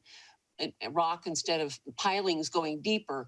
But I think the most important thing for me living out there is long-term structurally, how is it in terms of going to protect us? Yeah, you bring up a good point. I think with design of the hybrid, one of the first things we make sure of is that it could stand on its own without beach in front of it. And so that wall would be designed, the rock scour apron would be designed in a way to provide a level of redundancy. So if we're in between nourishments and if the sand wall washes away in a series of storm events, that seawall will be stable and just as stable as any of the other alternatives considered. Okay. And then my last thing, and I'm almost done, is just a quick comment. Someone earlier mentioned that we really needed to look at, I guess, at the north end. If we wanted to replace and bring that beach back, we would have to go landward. We would have to take out the wall. We'd have to take out probably the buildings, the street, everything there in order to be able to regain the beach. And I just wanted to comment, and maybe someone who's actually worked on this, but I've been on beaches many times in Holland, where those beaches were created actually by the dredges that are out in the ocean, pumping lots of sand up off the bottom, depositing it on the existing sections and building the beach outward from the land, not going inward in order to claim and create new beach. So I just wanted to say that there is another way of doing it, and I've seen it done in other countries. And Holland's been building beaches for hundreds of years and reclaiming land from the sea. So, but it does take a pump. It takes a big dredge that's out there, and it takes pulling sand up off the bottom in order to create new beach. You put it down, you keep building it up higher and higher. And that's the other thing, is that in order to retain those beaches and to keep it high enough to almost like a dune type of effect, it takes a lot of sand to build up, and you have to go a big elevation above what your existing land mass is in order to have that stay in place too as it moves out into the ocean. So it's quite the opposite. It doesn't go inward to gain that beach. It goes outward into the ocean, but you're claiming ocean bottom and turning it into beach. And I just want to comment that because that's the way it is in Holland. That's how they do it. Thanks. Thank you. All right. Paul, any response to how you want to keep moving? I think Gillian was perhaps going to comment. So she can get mute to. Yeah, exactly. Yeah, no, I can keep it. I can keep it super short. I completely agree. The Netherlands is a fascinating place, having both lived across the water and in the Netherlands as well. It is a completely different shoreline to ours. They do not have the wave climate that we do. They do not have the submarine canyons that we do. And 50% of the Netherlands is already reclaimed, which is super. And their elevations are much lower. But the process behind it, I think, it can be used for Pacifica to show the differences. The vast quantities of government-funded sand that goes into the Netherlands is what makes that system work. It is from a reliability point of view, it is done every year. It is supported by the government. It is funded by the government, and it is done on a long-term strategy and a massive scale strategy, a whole countrywide strategy. It would be a nice viewpoint if that was what we were able to do in California, I will be honest with you. But it's that kind of information and what we look at from what's being done elsewhere that we do to make sure technically that we're qualifying our options and providing you all with the best science that we can. Great, thanks, Jillian.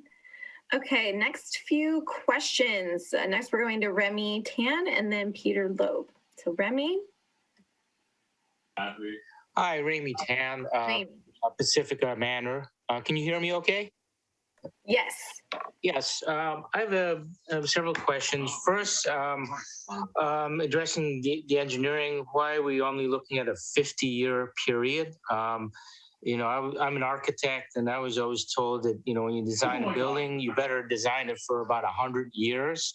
You know, it's got to last, and that reduces the overall embodied carbon, embodied energy, and rebuilding things multiple times.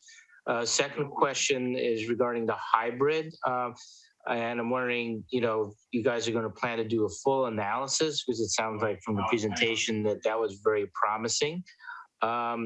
Third question was, if we did a no fix to the existing wall and no alteration to the existing rock revetment to save money, can we add sand to make a kind of a hybrid 2 alternative?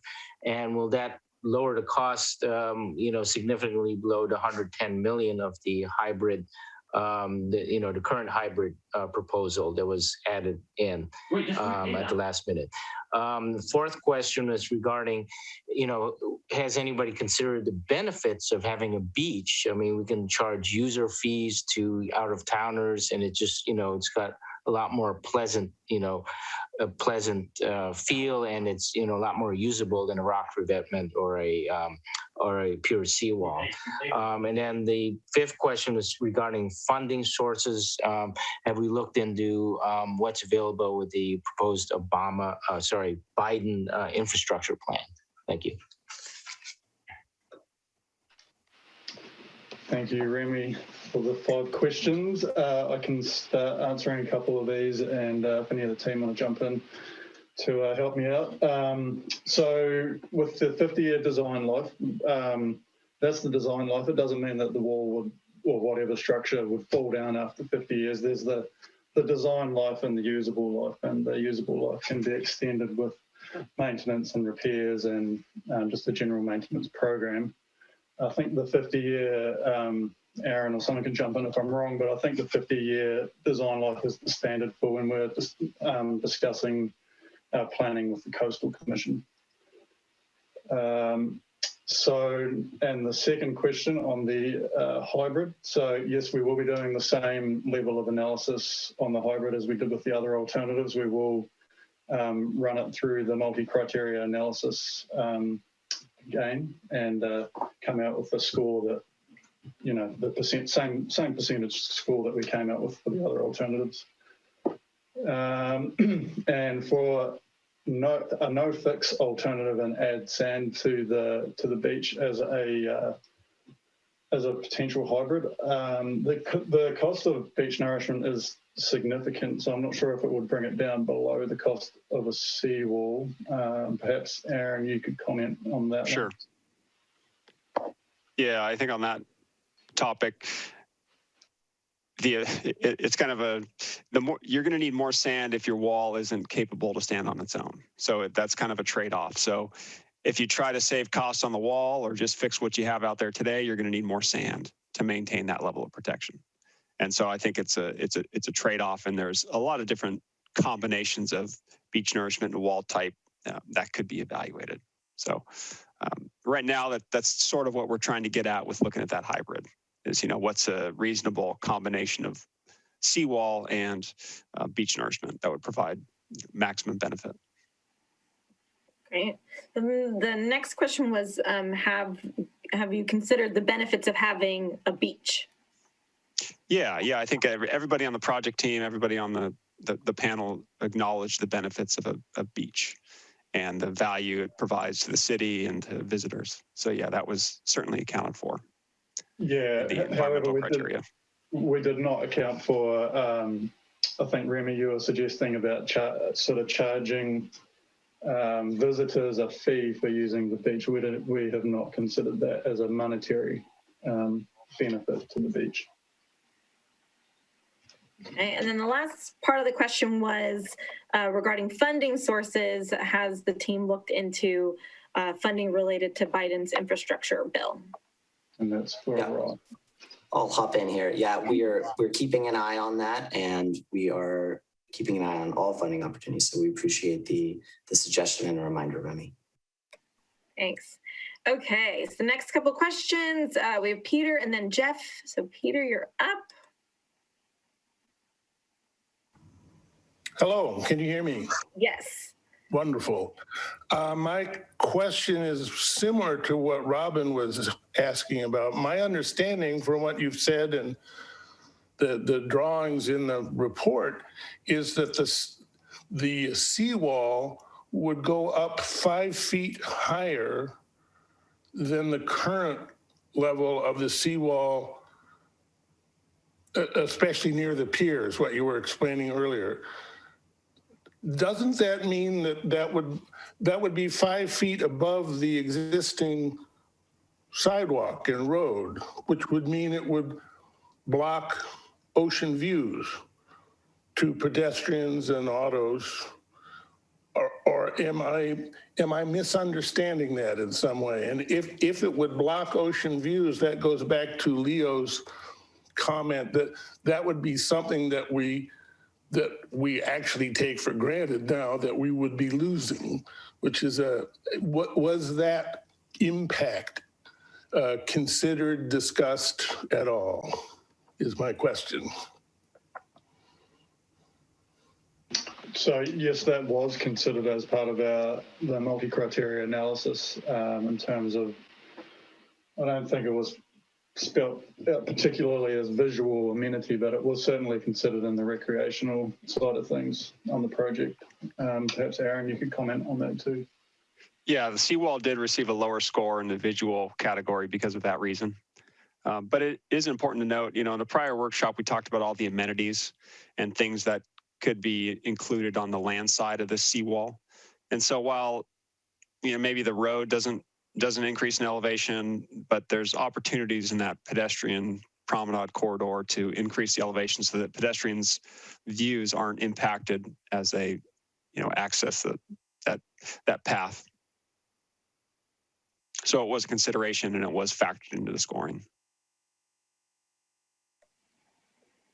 Okay, thank you. Next couple of questions. Jeff is up next, and then Larry, and then Chris Redfield. So Jeff. Hello. So I have a couple questions and some comments about the reports. I've read them front to back several times. The hybrid alternative is interesting, but I'm wondering why it wasn't included in the reports and why are we only hearing about this now?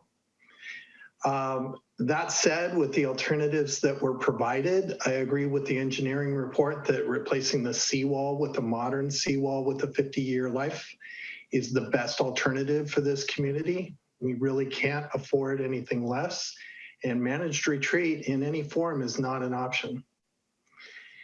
The $305 million estimate of a no project is grossly underestimated on the multi-hazard risk assessment. For example, table 7-2 on page 57 says that the following items have no monetary value and were not included in this value. And those are change in property value, loss of property tax revenue, anxiety and discomfort, beach, pier, and promenade access, saltwater intrusion into Laguna Salada, where the threatened red-legged frog and the endangered San Francisco garter snake environments are. I don't understand why those were not included in that 305 million. And so for that reason, plus all the lawsuits that you would get from property owners, I am positive that that number is at least half of what it would normally be. And the more value that we put on that is, this is what we're losing, is gives an example of why we need funding for this. Also, there's a total of $50,000 for business interruption impact by the year 2100. $50,000, that's less than a hot dog cart. And the impacts on the golf course were not included at all, even though it was agreed to that GHD and ESA would include those as part of this assessment. So I don't know why. And so my question there is, why were those impacts not valued? Thank you. Thanks, Jeff. So the first question was, why was the hybrid solution not included in the last report that came out? So the reason for that was we didn't realize, I guess initially we didn't realize that our solutions were, the alternatives that we were assessing were going to be relatively close together in score, and then we realised that after we had completed the assessment that we now had sort of a toolbox to help us select some different features from different alternatives. So it's part of the process, and we haven't got to that point with the last report. That report will be updated with the assessment, with the results of the multi-criteria analysis once it's been rerun with this hybrid that we're looking at right now.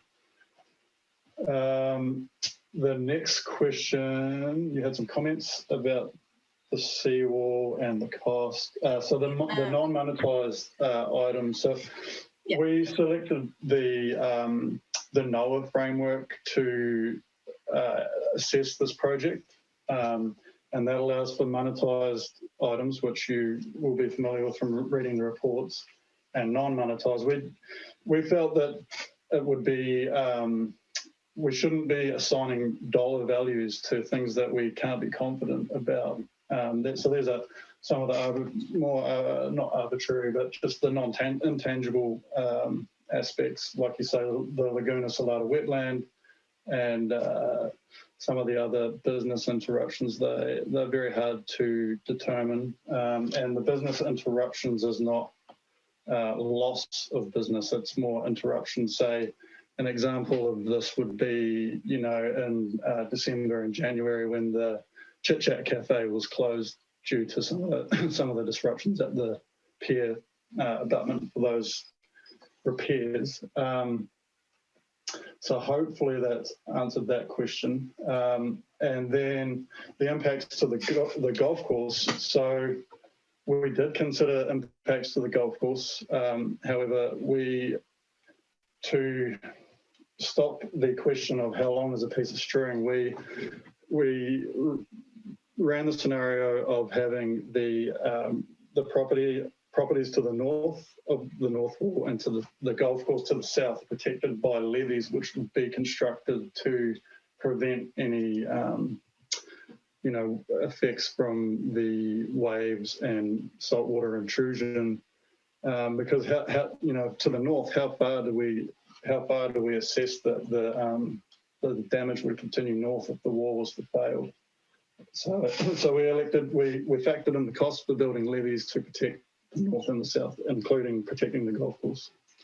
So if anyone else on the project team has any additional comments on there, that would be good. And I know there were 3 or 4 questions in there. Ryan wanted to jump in. I'll just hop in and say, we put those in the report as a nod and understanding that there is value there. we are saying there's value there, but it is very difficult to put a dollar value on those things. So we stuck with what we could put dollar values on, and I think it sets a pretty clear photo. So there is a possibility if we included those and tried to monetize them, that number would go up. But this report does acknowledge them as existing, so I don't think they were missed.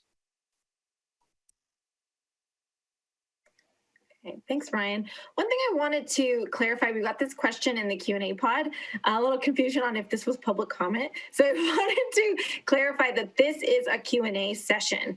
So please reserve this time for Q&A. If you have any questions, we will have the separate public comment time. So if you ask a question now, that does not mean you cannot have public comment. Both can happen. So we still have a lot of hands raised. So I want to make sure we move through as many questions as possible. So to the extent you can save comments for public comment, that will really help us move through as many questions as possible. So next up is Larry Bothan.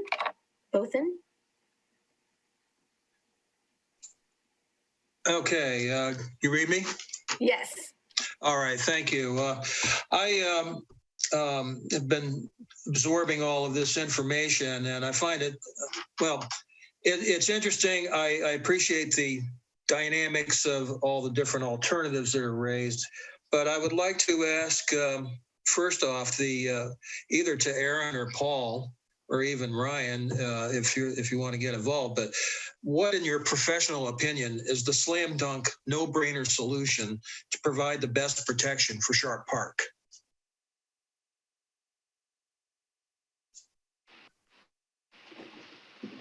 That's a difficult question. I'm not sure that we have a professional opinion on a slam dunk solution. Our slam dunk solution is to, run the system of the multi-criteria analysis to make sure that we're covering all of the different aspects of the project and not just thinking purely about the cost or purely about the robustness of the solution, but also considering, the recreation and the environmental. So I think the slam dunk solution is, going down the path that we're going in the systematic way that has both qualitative and quantitative criteria that we're assessing. But Aaron or Ryan, please jump in.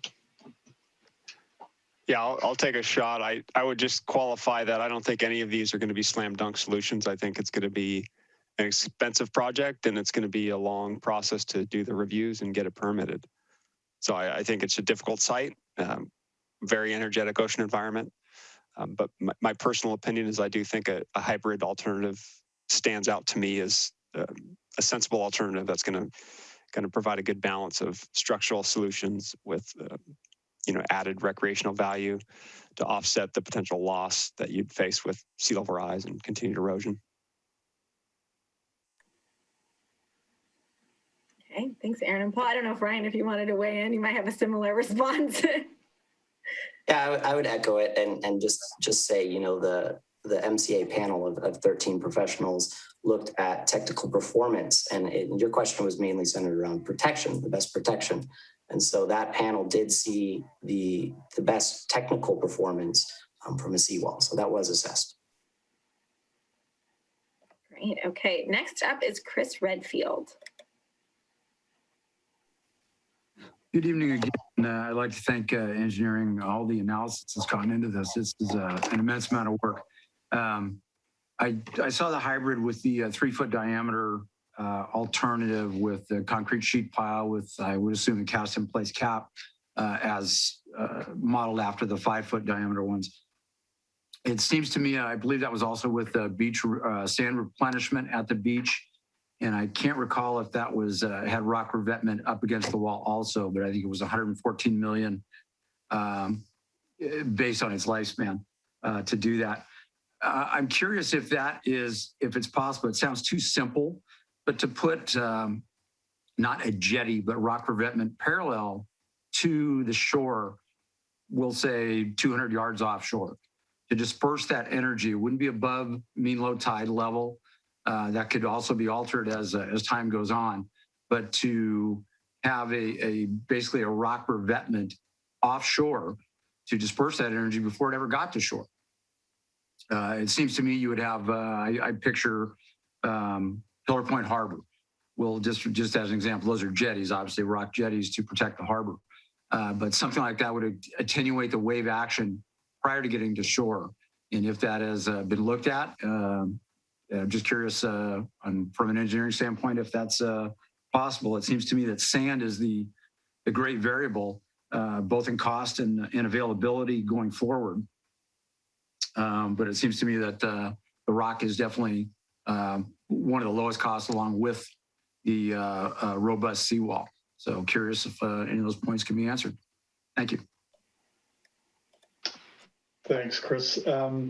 Rock is not that cheap, actually. It's very expensive. And to build a breakwater or some form of reef offshore would be very expensive. But I'll pass off to Louis White from ESA if he's available to talk about, you know, how an offshore structure like that would work. ESA did that assessment. Thanks, Paul, and for the question, Chris. Part of the alternatives development for the beach nourishment included two options. One was just beach nourishment on its own, and the other was beach nourishment with retention. And with the retention approach, what we came up with and developed alternatives at a conceptual level was two shore perpendicular spurs with offshore an offshore breakwater that was parallel to the shore, and then the other option was with offshore reefs. And so the idea would be that the offshore breakwaters or the reefs would reduce the amount of waves that are incident to the shore and focus braking offshore, and contain the sand to limit the amount of sand that's moved away from the project site. So I think that's kind of similar to what you were asking. Low crested structures down at low tide level, you know, they won't stop a lot of the wave transmission that would, you know, come over the breakwater, and so you'd still have a lot of wave action hitting the shore here. And typically with the biggest storms, you get a lot of really high amount of waves set up, and so the water levels could actually near the shore could be, you know, on the order of 5 to 10 feet above the tides, just from the wave momentum piling up water along the shore. And so the idea with the reefs or the breakwaters may be similar to what you were thinking, and I'm not sure if those figures were in the report or not, but we did some study on it and developed the alternatives and costs with the GHD team. Hopefully that answers your guys' question. Great. Thank you, team. Okay, I am mindful of the time, but I want to keep moving through questions. So the extent we can kind of move into a little more rapid fire with questions and responses, I challenge us to do so, but let's keep going. Next up is Christine. Hi, this is Christine Bowles again. I have a few questions. One, you talked about complying with our local coastal plan, but I'm not sure if the project has been reviewed for compliance with the general plan. The general plan, it's 40 years old, and while terribly outdated, is still the official constitution of our city. It says seawall shall not extend beyond the mean high tide line. So my question is, do the current designs for the seawall meet that requirement? Secondly, the Pacifica's 2014 draft general plan says, whenever feasible, shoreline protection shall take the form of non-structural measures such as setback, redesign, relocation, or beach nourishment. GHD's master agreement contracted from May 26, 2020, task 1.4.1, flood assessment risk and adaptation plan says, the team will identify other potential flood protection alternatives, such as secondary walls landward of primary seawall. I'm skipping a couple. Closed beach boulevard to non-resident traffic, or all vehicles, relocate utilities landward, and other potential improvements.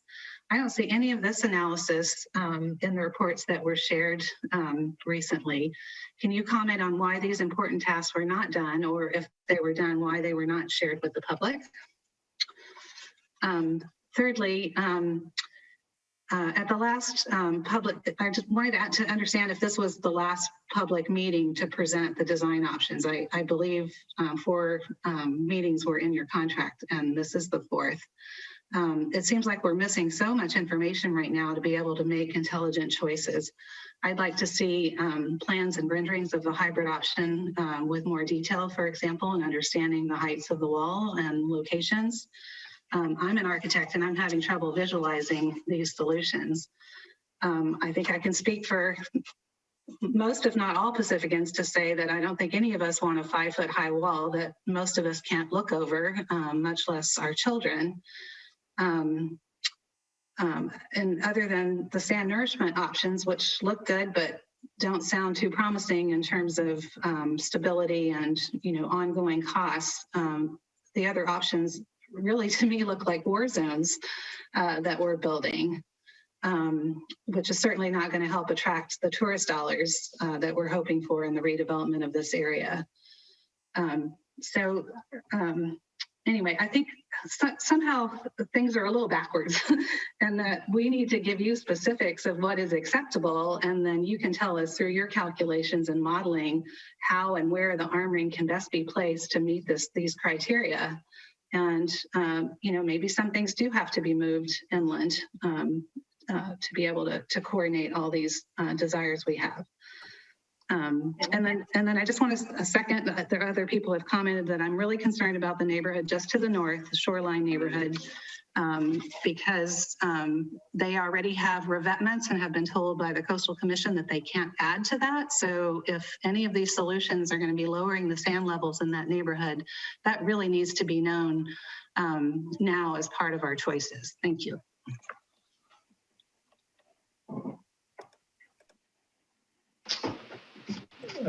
Thank you.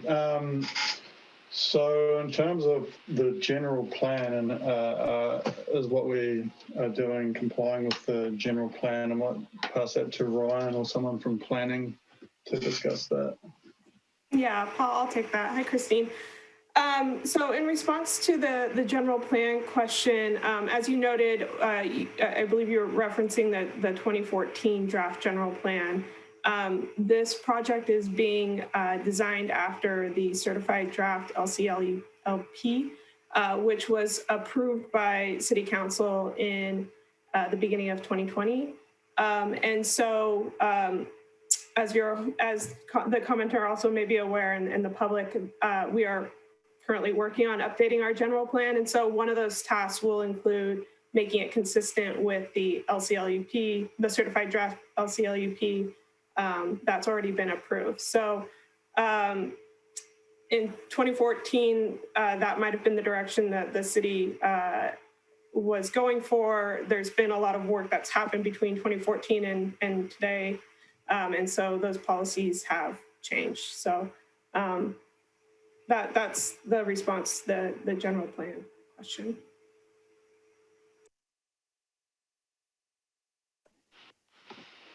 Thanks, Bonnie. And I might ask Gillian if she can respond to the comments about managing flood protection measures and some of the other things that were in the flood assessment risk. Yep, no worries, Paul. I'm just going to turn off my other devices just to make sure. So all of the operational scenarios that you were discussing there on this idea of heights and setbacks and operational considerations on Beach Boulevard, they were considered a lot in our performance criteria and then how we looked at designing each of the elements. I'll give you an example with overtopping calculations. We set discharge requirements, which is the amount of water that overtops either a wall or runs up over a berm on a beach. And those were looking at things like, for example, in a 100-year storm, what's tolerable? And there are published requirements on tolerable discharges. Paul, I think in your presentation at the beginning, you mentioned what washes somebody off their feet. Those are all actually qualified, and there are numbers for those that we use. So when we looked at that, how often would that be okay? in the future scenarios? Would it be, you know, once in a 100-year storm, you know, never to occur in the design life, or can that happen once a year and then be combined with, for example, closing the road? So those were looked at when we set the overtopping requirements, and then evaluated each of the options equally. And I apologize for our graphics. I think you mentioned the word war zone, and I think as engineers, we know we can do better. Thanks, Gillian. And yeah, and just on that, we would eventually, once we have, worked through our hybrid analysis, we would produce some renderings for that, and hopefully they'll look a bit nicer. There also was a question along the lines of the sand to the north. I believe we can discuss the movement of sand in this area and what the impacts may be for some of these alternatives and what they are currently.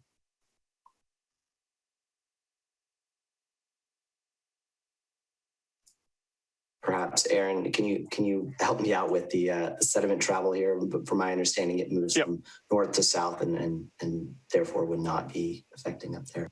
Yeah, and again, the sediment transport effect on adjacent properties and beaches will certainly be evaluated more as this project advances through the next phase. But like you said, Ryan, yeah, the sediment moves from north to south.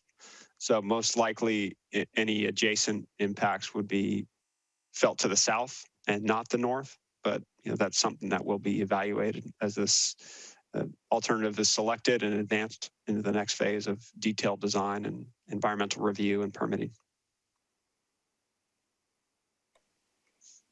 Okay, did we get all the questions, Paul? I think we did get all of Christine's questions. I think so. Thank you, team. So I think what we're actually going to do now, I almost forgot about our poll question. I think as we've got a lot of Q&A so far, so I think let's pause and maybe take our poll question, and I'll bring it up here, and I want to give a little context. And one of Christine's comments, I really heard that it's really early in the process to say which of the alternatives would you say you initially prefer. So I want to emphasize that this poll is meant to get initial thoughts based on what you heard tonight. And again, all responses are anonymous, and the input from tonight will not be framed as representative of the full community, and also will be framed as really early on in the process based on information that was shared tonight and in past workshops. So I wanted to give that context that this is meant to just get initial thoughts. So the question is, based on your current understanding of the alternatives, which alternative would you say you initially prefer? And I think Natalie might have the poll pop up so you can actually vote. Or I shouldn't say vote, share initial input. So give folks just a couple moments to do that.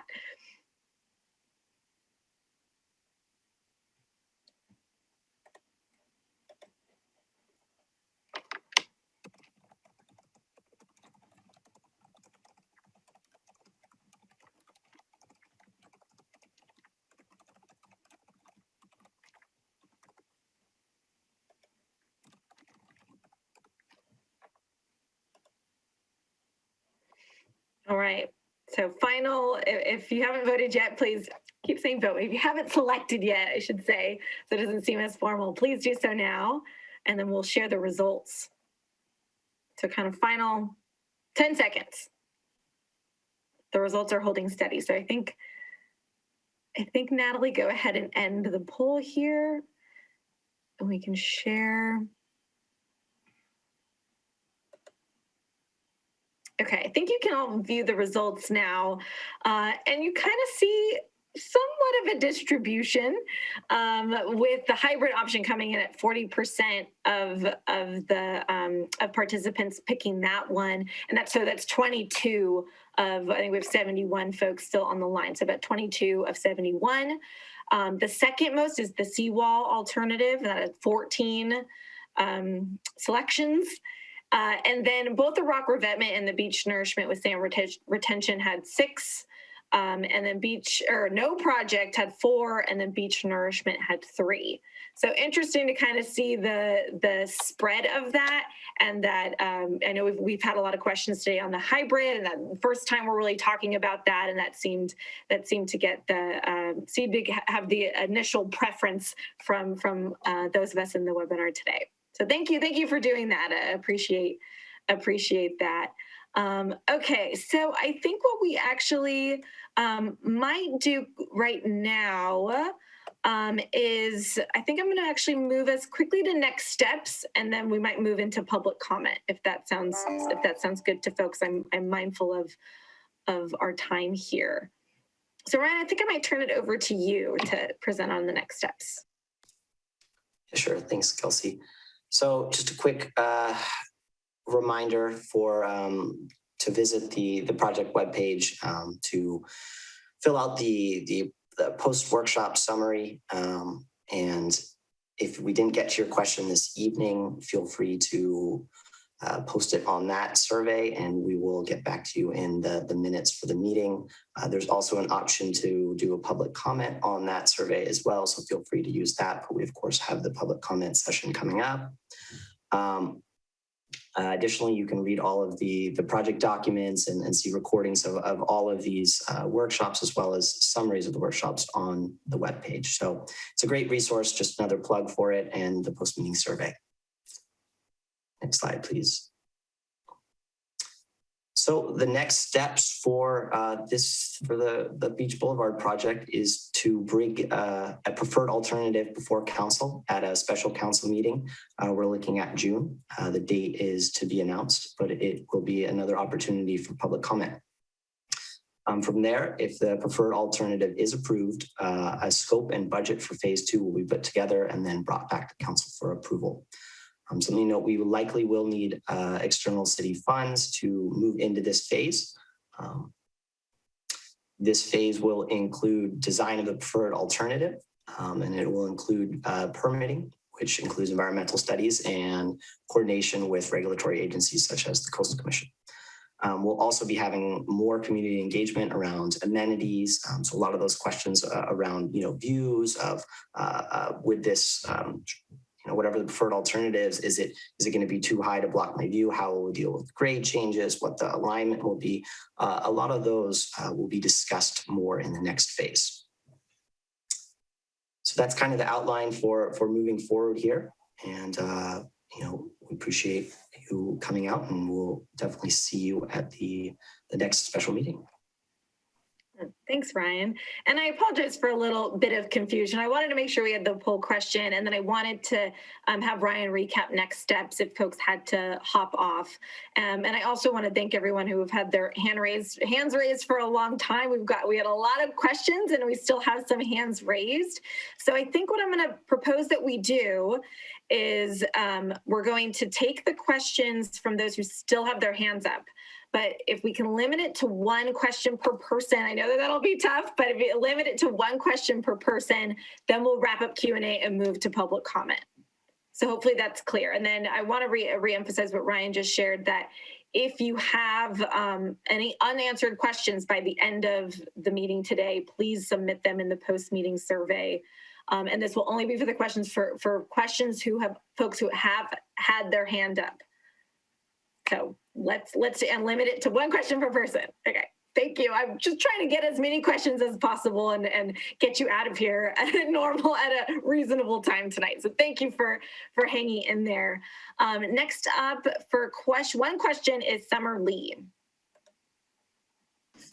Well, this is Summer Lee. I appreciate that you're allowing this to go on, because I know this is going long, but I do think if this is the only chance for the public to really ask questions before it gets really baked in, I think it'll serve the whole city of Pacifica so that it can diffuse more controversy for later on. So thank you for extending this.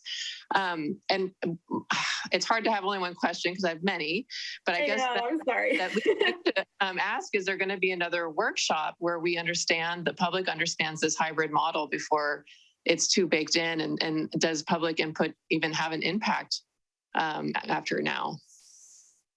Thanks. Thanks, Summer. So we're not planning on having another workshop before presenting our preferred alternative, another public workshop before presenting our preferred alternative to City Council, but there will be opportunity for other workshops in the next phase, in phase 2. Perhaps Ryan, you can comment on that. Yeah, and there will be public comment at the special meeting, so you can, of course, show up and share your opinions with council at that time.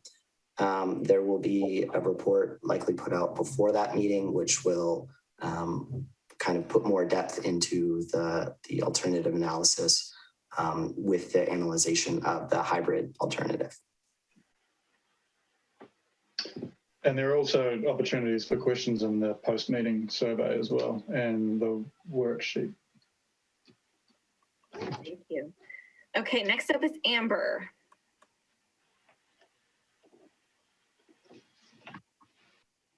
Hi, thank you. I really appreciate the presentation tonight, weighing in on the environmental, financial, and structural integrity of what we're about to do here. I'm a homeowner in Fairway Park, and I'm very eager to take action to protect Sharp Park. It really looks like from the presentation that the seawall or the hybrid, it looks to be the best option to preserve our life as Pacificans as we know it, for our kids, for our recreation, for our environment.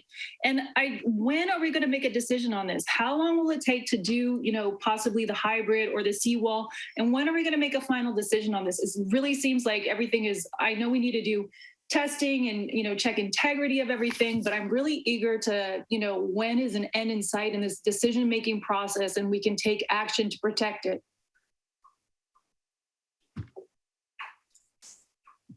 Yeah, I'm happy to hop in there.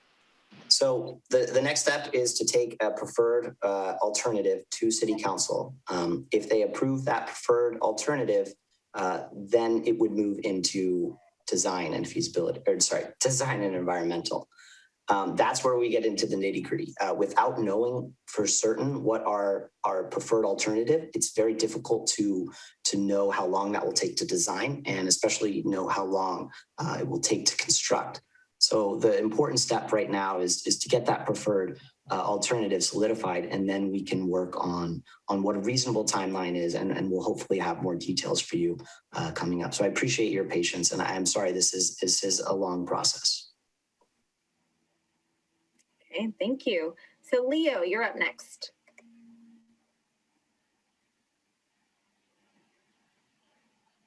There we go. Thank you very much. This is a small picture question. We've been talking a big picture a lot. I'm concerned about the young alluvial soils that are underneath Beach Boulevard, and I've seen Beach Boulevard have sinkholes now for many years. And I think a lot of that's based on the soil that underlies Beach Boulevard. So I read in the risk assessment, it's subject to liquefaction and all these terrible things because of the composition of those soils. And my question is there any thought or proposal for mitigation to those soils underlying Beach Boulevard? Unfortunately, we don't have a geotechnical team on the call that could answer this question pretty quickly, but I could be wrong, but I'm not so sure that the young alluvial soils are what is causing those sinkholes. I believe that that's backfill from the original wall and the original pier abutment. So that's not non-native material that's being sucked out by the wave action. So I'm not sure if that is the young alluvial soils. And the liquefaction is something, we really need to consider in our design, and we are considering in our design with all of our alternatives. But we've certainly looked at that closely with our seawall alternative, and now we're starting to look at that with our hybrid alternative. The seawall alternative has very large piles to help deal with that liquefaction and that force from behind the wall. Yeah, I'll add to that, Paul. You're absolutely right. So any of the structural solutions do include geostructural consideration. So whether that's consolidation or soil improvements immediately behind, it's all included. A lot of it has to do what happens in those soil areas. So even with the revetment option, we'd be looking at the geostructural elements of the wall that's left behind. So it's all considered within the design as we move forward with the preferred option.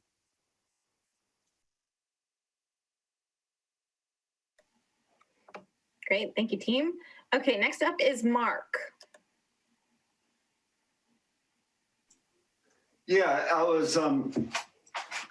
I appreciate the democratic nature of using the surveys to determine the design, but I was wondering how we find out how many respondents there are and how you verify that those respondents are all citizens of Pacifica. Only citizens of Pacifica. I'm not sure that we can confirm that, but Kelsey, perhaps someone from Kearns and West could respond to that question. Yeah, Matt and Natalie helped me out. I don't think you can control who's completing the survey when it's available open to the public, but I think we did have a question on where folks were coming from, so that would give us a sense, and for each individual response you can see where their input was, so you can kind of slice it and dice it in that way. But with a public survey, I think it is available to anyone, whether they live in Pacifica or in the surrounding communities. So I appreciate that comment and being able to dive a little deeper into the responses and get a better sense of who from Pacifica residents, what was their feedback on the survey. And just to add on a little bit to that, the poll, as Kelsey said earlier, the poll is just, it's meant to be a snapshot of who came to this meeting. It's not meant to be representative of the citizenry at whole, right? So it's just a data point for us to work with and to understand. So we're not making it out to be representative of everyone in the city, nor is it the final say in what's moving forward. Okay, so I think the last hand I had up before we started this kind of mini final Q&A session is Tony. So we're going to go to Tony and then we're going to move to public comment.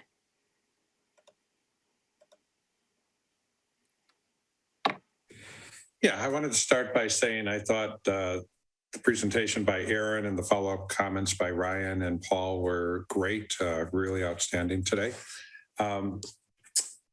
The seawall itself, I mean, I think everybody agrees that the beach is the most attractive option, but I don't necessarily agree that the seawall is ugly. Hoover Dam is like one of the most visited tourist attractions, so it would seem to imply people like staring at concrete walls.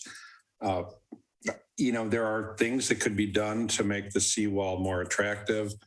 There could be etching on the exterior, or whether there's a shelf, even the color of the concrete. I know Devil's Slide, the tunnel they built, has a natural rock look on it. So I was wondering what kind of seawall you're envisioning, whether it's a plain one or a fancy one, or if the cost of doing that is too burdensome, but just curious on your thoughts. So I can take that. I guess if the final solution is a seawall, and we're not at that point yet, if it is a seawall and it does have concrete facing or some other kind of facing, then we will be looking at different ways to make it an aesthetically pleasing seawall, or whatever structure we end up with. But certainly within what we plan to do, we're not just going to, well, hopefully we're not just going to go and put a straight concrete wall there. It'll have some element of looking nice. Perhaps someone from the project team can jump in there and talk about we've been through the features and amenities, and we will be revisiting the features and amenities in phase 2.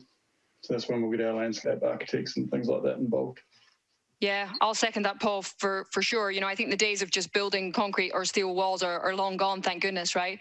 I mean, the whole point of this is a connection to the community, whatever option that happens to be, and making sure that it doesn't just isolate everybody, that it covers everything from technical performance, which we went through with the multi-criteria analysis, right? Covers everything from technical through to public, through to environmental. I think it's very important that that's all embraced and will be in the design. Okay, thank you, team. And thanks so much, everyone, for your patience and hanging in there. I recognize this is one of the challenges with virtual meetings. We're not all together and kind of have more of a rapport with and kind of cadence to the questions. And so the best that we try to do is really set out a fair participation process. So the order that hands are raised, the order we take questions. And I think we've been at questions for a little over an hour, and we're also finding that balance with respecting your time while also trying to get through as many questions as possible. So what we're going to do now is transition over to public comment, and those who would like to provide public comment, if you've already asked a question but would like to provide public comment, please feel free to do so and just have your hand raised. And then you'll see that Matt's going to bring up a little timer, 2-minute timer, and he'll be kind of taking down notes so we're capturing feedback, we're capturing the comments accurately. And then if your question was not raised, and again, really sorry if we were not able to get to all of the questions, please submit it in the post-meeting survey, and the project team will follow up, and we'll take all the questions submitted in the post-meeting survey and include it likely as an appendix to this meeting summary. So you should be able to go in and find your question if you submitted it in the post-meeting survey. So thank you again for hanging in there. And I'm seeing hands already raised for public comment. So let's just get started. I think Cliff Lawrence, you are up first. Hi, thank you. Much appreciated. Well, while I was listening to the questions, it occurred to me that I really do think I need to give you what I believe now is the crux question. That is, who and how will the decision be made of which alternative to present to the City Council? It concerns me that we've now been told tonight this is our last workshop, and that the next time this is going to be put in a public forum will be the presentation to the City Council, if I understood correctly. And one other question, not as maybe important to everybody else, but I think the pier is iconic. And I heard somebody say tonight that its end of life could be 2030. And I hope somebody can give me assurances that that is not the case. Thank you. Thank you, Cliff. Appreciate that. Did I unmute? Okay, sorry. Tom Thompson, you're up next.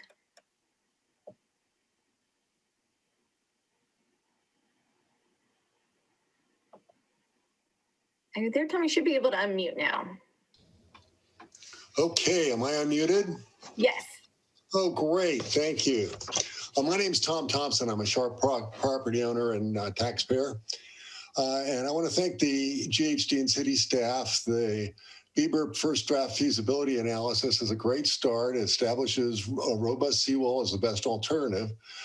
But I think it needs more work. The report dramatically underestimates the cost of no project by omitting many significant costs, plus home and business owners' losses like loss and relocation of many hundreds of millions of dollars of infrastructure, including electric, gas, cable, phone, internet, streets, sidewalks, a public school, storm drains, sewer lines, council chambers, and relocating an entire sewer pumping station and massive underground power lines to and from it, serving 40% of the entire city. And the tax revenue loss from a future new hotel that will never be built without a robust seawall, threatening Pacifica's actual financial survival as a city. The social justice, equity, for thousands of taxpayer households who put faith in the city when they invested their life savings to buy a home or start over 100 small and pop businesses. Those taxpayers could be forced to walk away from thousands of our most affordable homes and small businesses, walking right into bankruptcy if the city doesn't protect our infrastructure with a seawall. Bottom line, all these massive costs will be eliminated with a robust seawall or a seawall combination with other solutions. The revised final BBIRP study must include all these costs in no project in their analysis. City costs plus home and business owners' losses, likely $1 billion or more all combined. This will be a critical and pivotal data point when we seek funding for a robust seawall. The no project alternative would bankrupt Pacifica and countless taxpayers. So let's get the seawall or a combination of seawall and beach nourishment approved, designed, funded, and built. We got to get moving on this. Thank you. Thank you, Tom. Okay, Jay Crawford is next. Am I unmuted then? Yes. Excellent. I just want to say that I am so pleased that we are taking a positive, let's do something approach and not giving up. Everything that the previous gentleman said about the costs, the damage to people's personal lives, I agree with 100%. I'm for the seawall, and I'm just so pleased that we're taking positive steps in this regard. Thank you. Thank you. Okay, Ramey, you're up next. Hi, Ramey Tan, Pacific Manor. Thank you for the team for putting together a very, very thorough study. It's been great. I'm glad we're starting to look at, it's revealing other alternatives like the hybrid.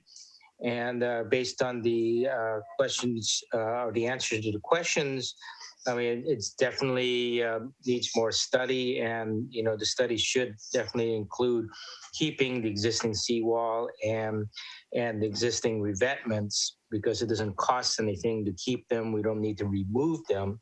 So they might be a hybrid that, even though you have more sand costs, that's more than offset by the cost savings. So be really interested to see how that shakes out. Also, regarding costs, I think in addition to whatever we can get from the Biden administration on the infrastructure, we really, to be fair to everybody in the city, look at special assessments to the property and businesses that are most benefiting or getting protected from the seawall. Starting from the highest assessment, obviously, to the businesses fronting the ocean front, because they would get the most benefit, and then kind of ratcheting back as you move away from the seawall, and you have lesser flood protection benefits, and then there'll be some to the businesses that are they're being protected on Palmetto. So I think the city needs to consider that, and then as well as I think Gaffer mentioned, maybe a parking fee in the parking lot, and fees for out of town and tourists to generate income for that to cover the cost of this project. But it's pretty clear that we've got to do it, and I'm glad we're getting closer to the finishing of the preliminary design. Thank you. Great, thank you. Okay, next up is Suzanne Drake.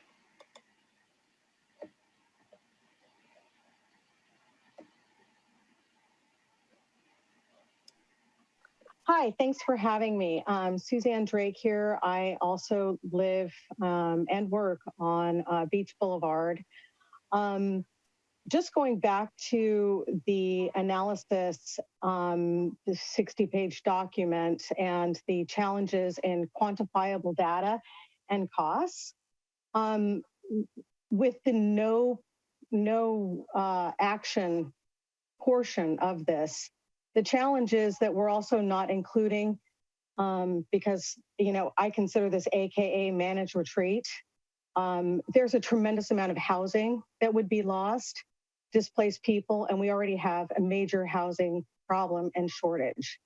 Additionally, I also echo a former caller that said he had concerns over the sale of the Beach Boulevard commercial property.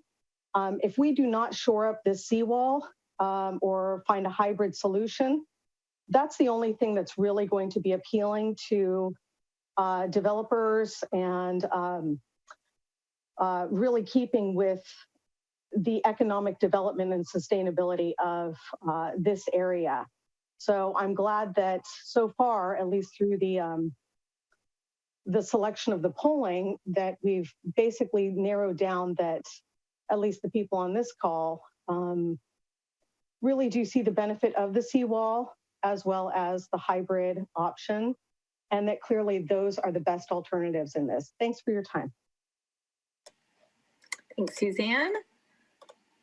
Okay, next up, it says Margaret, but, and then is it Stan or Dan? It might be who wants to provide public comment. Each of us has a separate comment. Okay, so Margaret, maybe we'll start with you and start the clock. Thank you. I believe that there needs to be a fix to the wall because that will give us a chance to decide rationally the best and safest way to move sewage from the north end of town to the quarry and do that sooner rather than later. But to believe in the false security of a wall means a very, very questionable future for Pacifica. We've been hearing about the certified draft, but we don't have a certified LCP that's new. We have a 1980 certified LCP. And in the seismic and safety section, that LCP says that policy prohibits the approval of projects which require seawalls as a mitigation measure. The policy also states that projects should not be approved which will eventually need seawalls for the development of the structures and residents. And to state that differently, any new proposed development, and we're counting on new development, this is one of the purposes of this new seawall, any new proposed development would still have to meet the policy requirements that new development must be constructed so as not to necessitate or rely on shoreline protection. So I have a question. Will any funding agency be willing to accept the limitations this council has imposed on what we're looking at? We're ignoring Pacifica's actual certified LCLUP as well as the California state guidelines. When do we start the real work? Any measures now can buy us time. That's all anything on the ocean can do right now. And I think, Stan, if you will start over, let Stan speak his piece. Yes, we'll start over. Okay, take it away, Stan. Thank you. The city has proposed certain trigger points. So let's say we hit this trigger point earlier than expected, but we have no actual resilience plan in place because all the available money was earmarked for the seawall. Is it safe to say that it would take multiple years to plan, raise money, and actually complete moving the sewer system landward? Also, is it reasonable to assume there is a chance that the sewer system could back up before the landward project is completed? Wouldn't it make more sense to concurrently plan a scaled-down seawall north of the pier and to move the sewer system landward? We can make a decision now that could protect both the sewer system and the time it takes to rebuild it with much less wasted money and time. What offers the best cost benefit? The protection for 40% of Pacificans serviced by the pump, or the less than 6% temporarily protected by the seawall. If the true purpose of the seawall is to draw more business to Pacifica, there are CCC guidelines, CCC conversions with our city and our 1980 LCP, all of them roadblocks to our city council's business plan. If the city council plan fails, there's a lot of wasted money and time, a bit of smoke and mirrors perhaps. By the way, California Bill SB 83 is in the California legislature working its way through. That could be a definite win for everybody. You folks ought to take a look at it. And lastly, our hosts are absolutely correct. There is no slam dunk solution, and there is all of it's going to be expensive. So basically, it's all about the money. We either get the grants, or we start reaching into our wallet, or we have alternate plans ready. Thank you. Thank you. Perfect timing. Thank you, Margaret and Stan. Okay, next up is Dennis Meralda.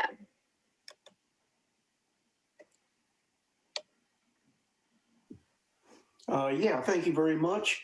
To begin with, I'd like to state, as I've stated before when I've been to city councils a few times, that the people who are speaking should state where they're from, and I am from Fairway Park in Pacifica and have been here for a long time. I'm in favor of supporting the restructuring of the seawall and refurbishing it and repairing it. And I think that should be done. I do think the rock revenant is the best solution. However, I do like the hybrid very much. I'd like to see that more studied. And that's it. Thank you very much. Thank you. And to take Dennis's comment, if you can't say where you're from moving forward, that'd be great. And I'll try to remember that for moving forward. Thanks, Dennis. Okay, Robin, you're up next.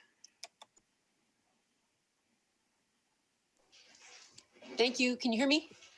Yes, a little faint still, but I think. Okay. All right, I'll lean in here. All right, thanks.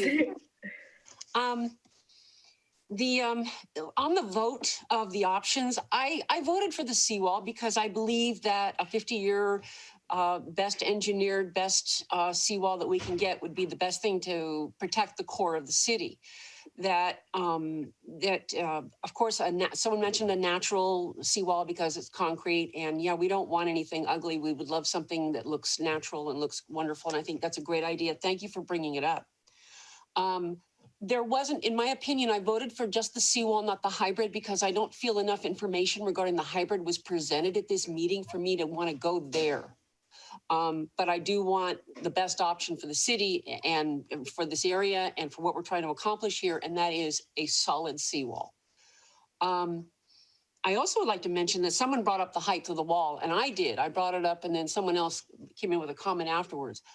I would just like to say that I'd be happy to give up 4 or 5 feet of the ocean view out here, and I live out here at Sharp Park, to save the core of Pacifica and this neighborhood. So I think I think you really just have to really live out here to really get the meaning of that. And you know what? If you raise the seawall 4 or 5 feet, people are still going to come. And then the other thing is, I don't understand all the stuff that's being brought up about the sewer line, because it was stated here tonight that the sewer line is going to be good into the 2090s. I don't see an issue with the sewer line and why it's being brought up, except that possibly it's a stalling tactic. We can't afford to stall anything at this point. We need to get busy. We need to get a plan. We need to get approvals. We need to go for money. The longer we talk about things unrelated to this, like a sewer line that's good till 2090, we lose those opportunities. Thank you. Thank you. Okay, next up is Jim Creamer. Oh, can you hear me? Yes. Great. Okay. Jim Creamer from the Sharp Park District. I have a comment about overtopping with revetment or hybrid versus a seawall. High surf reaches the height of the pier already occasionally. The proposed seawall design with the upper overhanging lip becomes ineffective when the surf reaches the height of the maximum. Consider the relative top of the proposed armor compared to the underside of our current pier, and whether a rock revetment may actually provide similar protection as the seawall against overtopping at these great wave heights. I see the rock revetment builds a wide slope of rocks seaward into deep water, which will dissipate some of the wave energy, in addition to the natural reduction from big waves feeling the natural bottom as the waves approach. The seawall appears to be a vertical wall with maximum elevation 30 feet above mean lower low water. With no energy dissipation by armor sloping offshore, I hope that your final analysis evaluates whether when big waves would hit the seawall, whether it would be with greater energy against the wall rather than the revetment. That is, the height of the shore break hitting the seawall alone, if it's just a seawall, may actually be greater and more likely to overtop with greater force than with the revetment, and I'm not sure about the hybrid. Lastly, a closing comment of appreciation and encouragement. I'm gratified to see that GHD analysis seems consistent with the priority recommendations of the final draft adaptation plan, which was done with ESA in September 2018. That is, both teams utilize the Cosmos Coastal Hazard Model. Both documents specify similar sea level rise action triggers when referencing future conditions relative to the present and for our possible alternative actions. For example, both consider a trigger of sea level rise greater than 2 feet when the proposed armor will no longer be effective. I hope the council will continue to avail themselves of the earlier valuable analysis as they have been. It is still on target. Good job tonight, City Hall and staff, GHD and staff. Thank you all for your hard work and the opportunity to contribute. Thank you. Jim. Okay, next up is Larry Bothan. Thank you, and it is Bothan.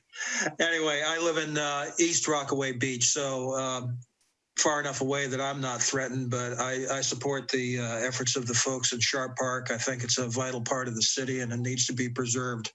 And we have to find the best and most cost-effective way to do that.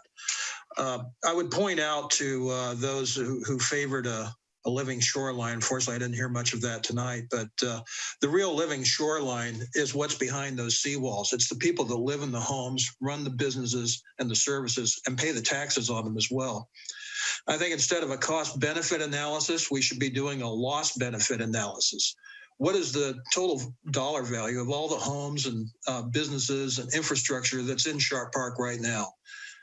What will it cost to replace all that versus the cost of a new seawall? And compare that to the cost of compensating each property owner for the current market value of their home or business. And for that reason, I'm also opposed to any interim solutions like proceeding with just a partial job on the north wall.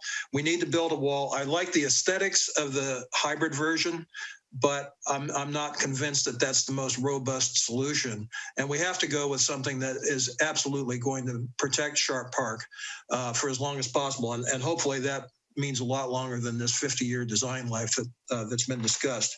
So in any case, I think I can unreservedly say either of those options says that we should build the wall. Thank you. Thank you, Larry. Okay, so next up is David Herzel.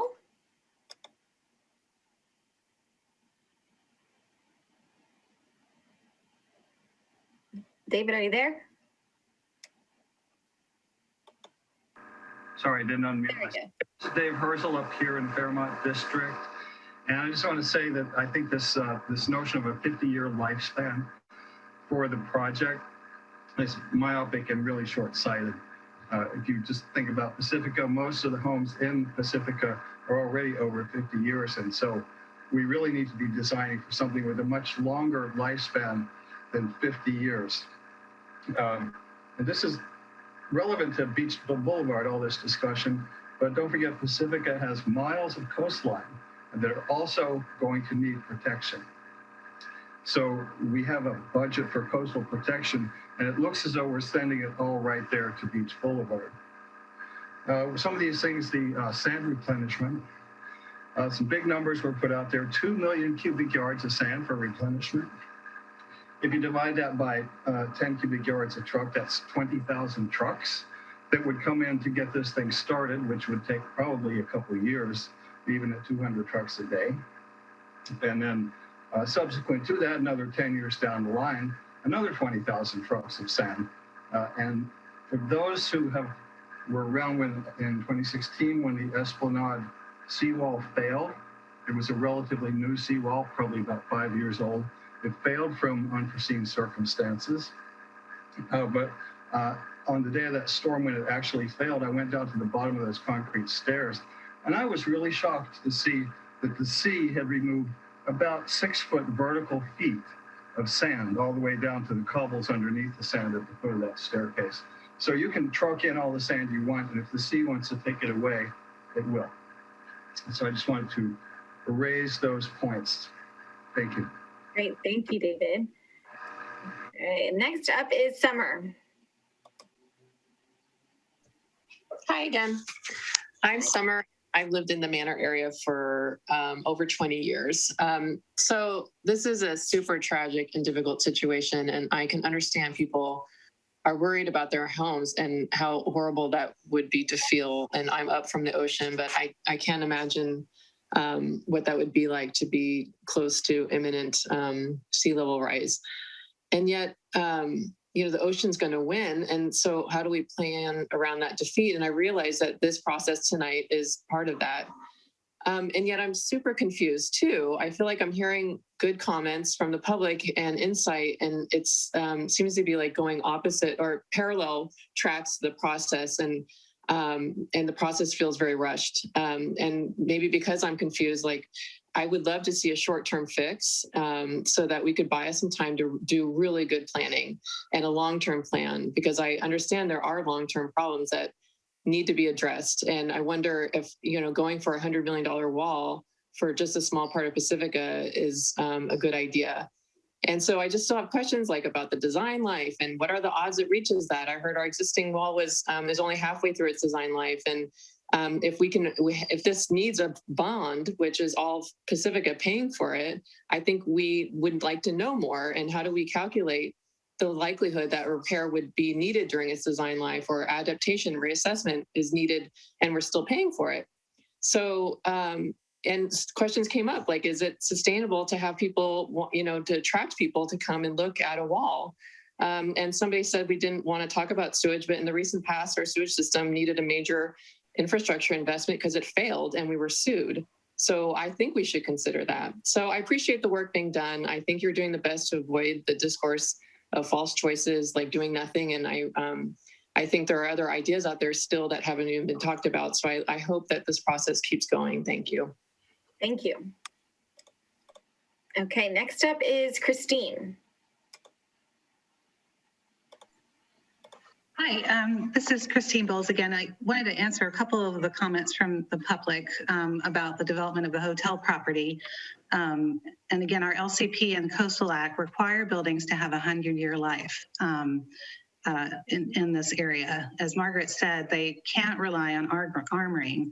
The seawall is only being designed to last 50 years. So I don't see any way a hotel can really be built here. And I honestly don't see how a developer and their insurance company would overlook these issues.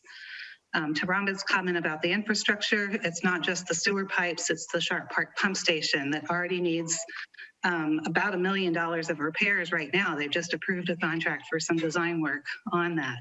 So that infrastructure is old and it will need to be moved at some point. Again, the seawall is only there for 50 years and this equipment serves 16,000 residents, many more of us than live in Sharp Park. So the infrastructure is key to be looked at as part of this project. I understand the financial concerns of people who live right there, worried about their homes and businesses, and also the potential impacts to the city of Pacifica. But I want to quote you from a legal article that I recently read about the value of beaches, which are often lost, especially with tall seawalls. It says beaches are vital to California's economy, generating 14 billion tourism dollars per year. From a purely economic viewpoint, California's beaches are considerably more important to the overall economy than the property that shoreline armoring is designed to protect. Shoreline armoring only benefits the incredibly small minority of the population that owns property directly on the coast, while it decreases access to the millions of people who flock to the beach every year. I'm not opposed to some armoring, but we need to maintain our views of the ocean and our access to the beach and make sure that we're not losing our sand in the design solutions. Thank you. Thank you, Christine. Okay, Stephanie Robbins is next. Oh, can you hear me? Yes. Great, thank you. First, I'd like to thank everyone for the report and all the work that's gone into this project. It's definitely been a long time in working in the community, and I was involved with a lot of the LCP stuff last year as well. I'm heartened to see these options. While there's still quite a bit of work to get to the best solution, I appreciate seeing the move toward preserving the lives of Sharp Park and the community of Sharp Park. And I wanted to say, I know we've been talking a lot about the homes, and I live in Sharp Park, by the way, which I'll get to in a second. But there's more than, and kind of to what Christine was just saying, there's more to this neighborhood than just those of us who have homes here as well. I spend a lot of time on Beach Boulevard, just enjoying the view, out with friends, and there's a whole community and life that happens there, and there's a lot of attraction that happens there, and we need to preserve that because that is our community. So I've lived in Pacifica for over 20 years, and I moved to Sharp Park 16 years ago where I raised my son. I bought a duplex because it was the only residence I could afford. And Sharp Park has traditionally been one of our neighborhoods with a wider diversity of economics. In other words, there are more people here who can't afford to move who live in this neighborhood, and so we really need to take thought in protecting all Pacificans. As we Pacificans, Californians, and citizens of the coast face climate change and sea level rise, we're going to face challenges, and it's important for us to come together as a community to face these issues together. Right now, we need to build the seawall to protect West Sharp Park, all of the things that everybody has noted as far as the homes, the sewers, the community, the life. I liked the hybrid where we also have much more of a beach opportunity there. And we need to fill in that Clarendon gap for the south end of the neighborhood as well. I live right next to the pier. With that in place, we can gain some time to work through the larger issues and figure out what we're going to do as a community. So I'd like to go on record as that. And additionally, as we face these issues, every coastal community around the world is also facing these issues. So technology and ways to address sea level rise are changing all the time. We don't know what great idea might come tomorrow that can help us. And there was some mention of how the Netherlands deals with issues. Thank you. Can you wrap up here? You're past the 2 minutes. Sorry, I was on the thing. Thank you. That's all. Thank you so much. Thank you. Okay, Amber Waters is next.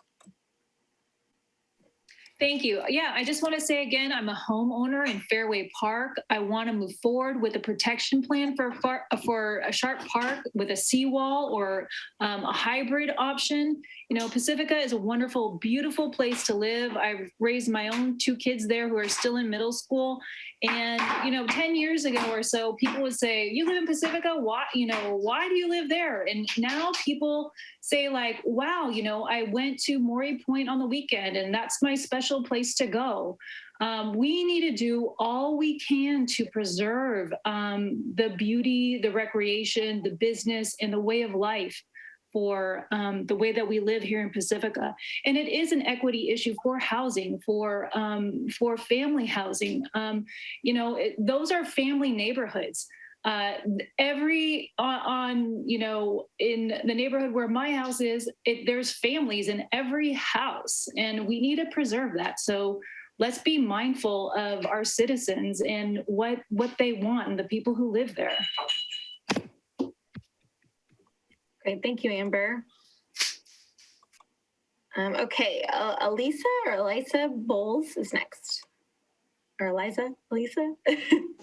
Hi, yeah, it's Elisa. I'm a master's student in environmental engineering at Stanford, and I live in the Manor District in Pacifica. And I just wanted to follow up quickly on some conversation about the financial aspects of the project, because I think there's a major question that hasn't been asked, which is, what do we do if we can't get $100 million in funding for a new seawall or a hybrid design or whatever we decide? I read through the GHD report, and it says that funding will be a major challenge regardless of the preferred alternative. And my understanding is that funding for these kinds of projects is fairly limited, and like communities up and down the California coast are dealing with the same issues as we are in Pacifica. So it seems kind of misleading to me to just say funding will come from a variety of sources when none of these are very certain. And so also kind of as brought up by some other people previously, I'm wondering, if we're looking into shorter term options as well, such as options to reinforce the existing wall, which we might need to do in addition to larger development, if this permitting process ends up being long, which it seems like it might be. So that's all I have to say. Thanks. Great, thank you. Okay, Kimberly Williams, you're next. Hi, can you hear me? Yes. Okay, I'm Kimberly Williams, and I represent San Mateo County Surfrider Foundation. I am local. I've lived on Kimberly, you're actually cutting out a little bit. So, Matt, do you mind years, a little over 14 years. I'm currently in the unincorporated area of Montera. Hello. Can you hear us? Now? Okay, you've leveled out. At first, you kind of broke up a little bit, but now we're hearing you okay. So keep going. I'll let you know if you cut out again.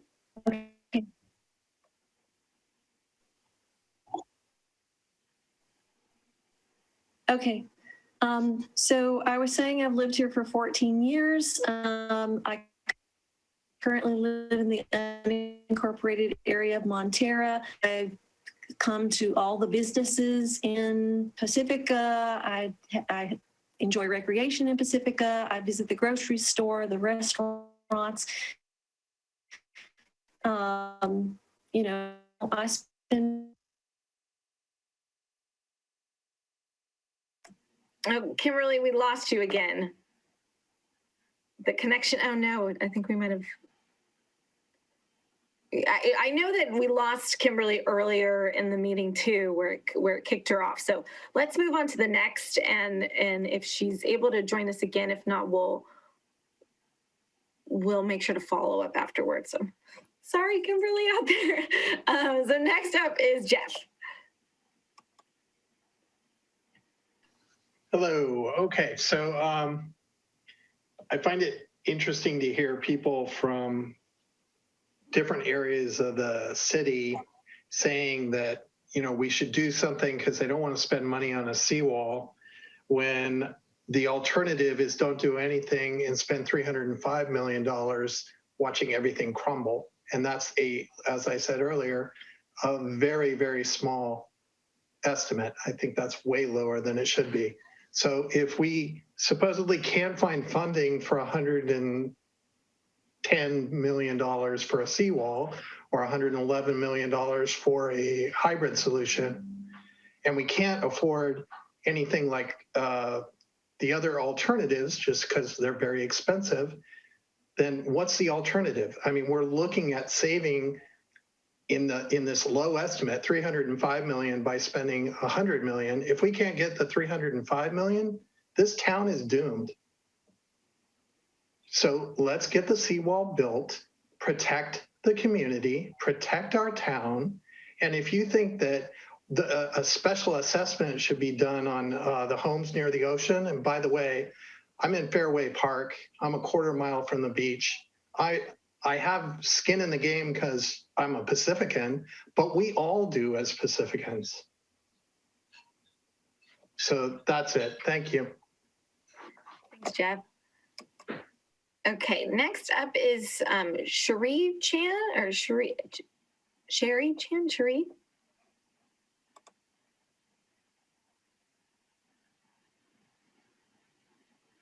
Sherry, are you there?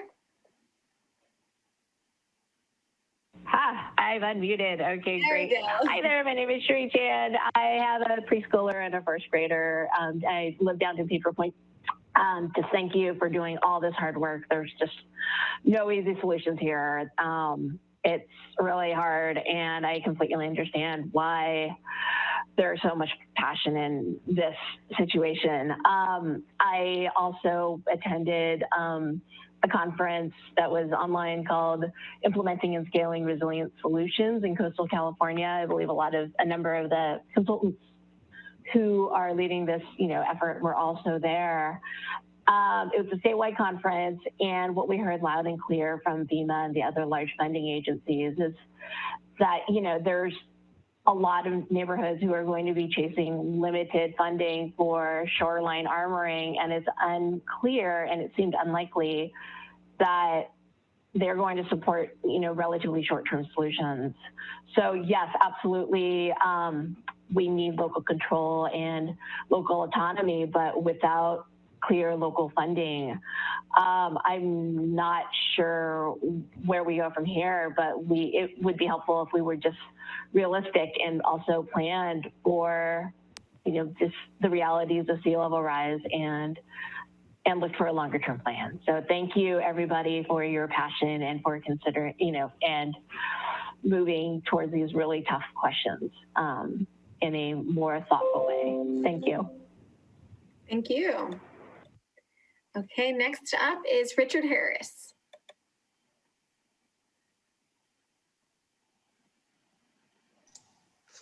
I'm Richard Harris. I live in the Haight-Ashbury, and I'm president of the San Francisco Public Golf Alliance, which has hundreds of members in Pacifica, several thousand members in the Bay Area. And I've submitted a 3-page letter, which has most of my comment, which is focusing on the value of the real property at the Sharp Park Golf Course and at the recreational interest at the Sharp Park Golf Course, both of which are substantiated by appraisal from a leading appraiser. So that and they are based on San Francisco's expense in maintaining the property. So they're very, very factually based, and on the use by paying customers of the golf course. Again, it's very factually based. The combination of those two figures is about $70 million as of within the time frame by 2050. In addition, there are the values of the wetland and all of that. There is very substantial value there in the golf course that is not being represented in the cost estimate. So I've submitted it. You will have it, and I will provide further comment in writing on this point. You are overlooking major costs that should be protected. Thank you very much. Thank you. Thanks, Richard. Okay, next up is Cindy Abbott.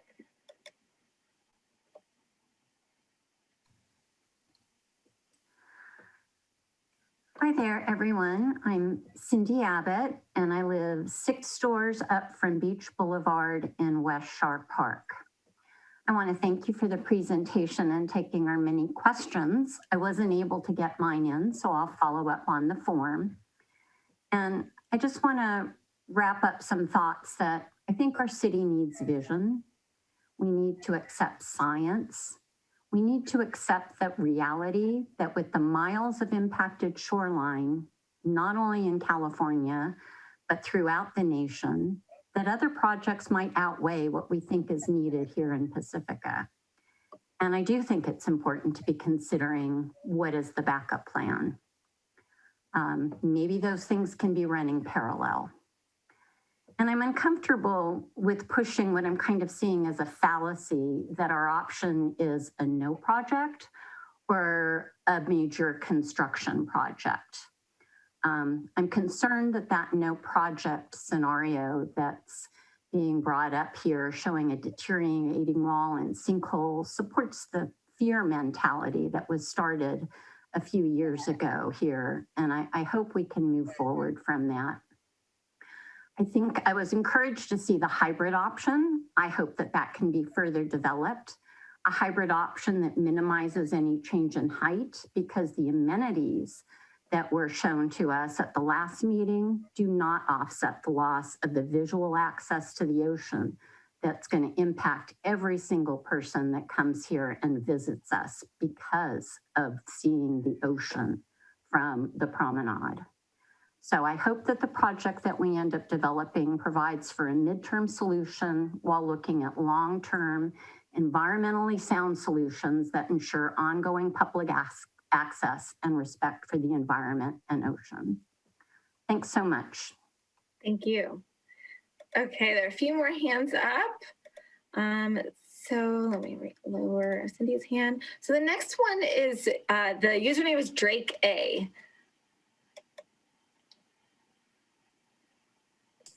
Hi. Can you hear me okay? Yes. Excellent. So I just wanted to make a brief comment about how, not just the promenade and the pier are attractions, obviously, that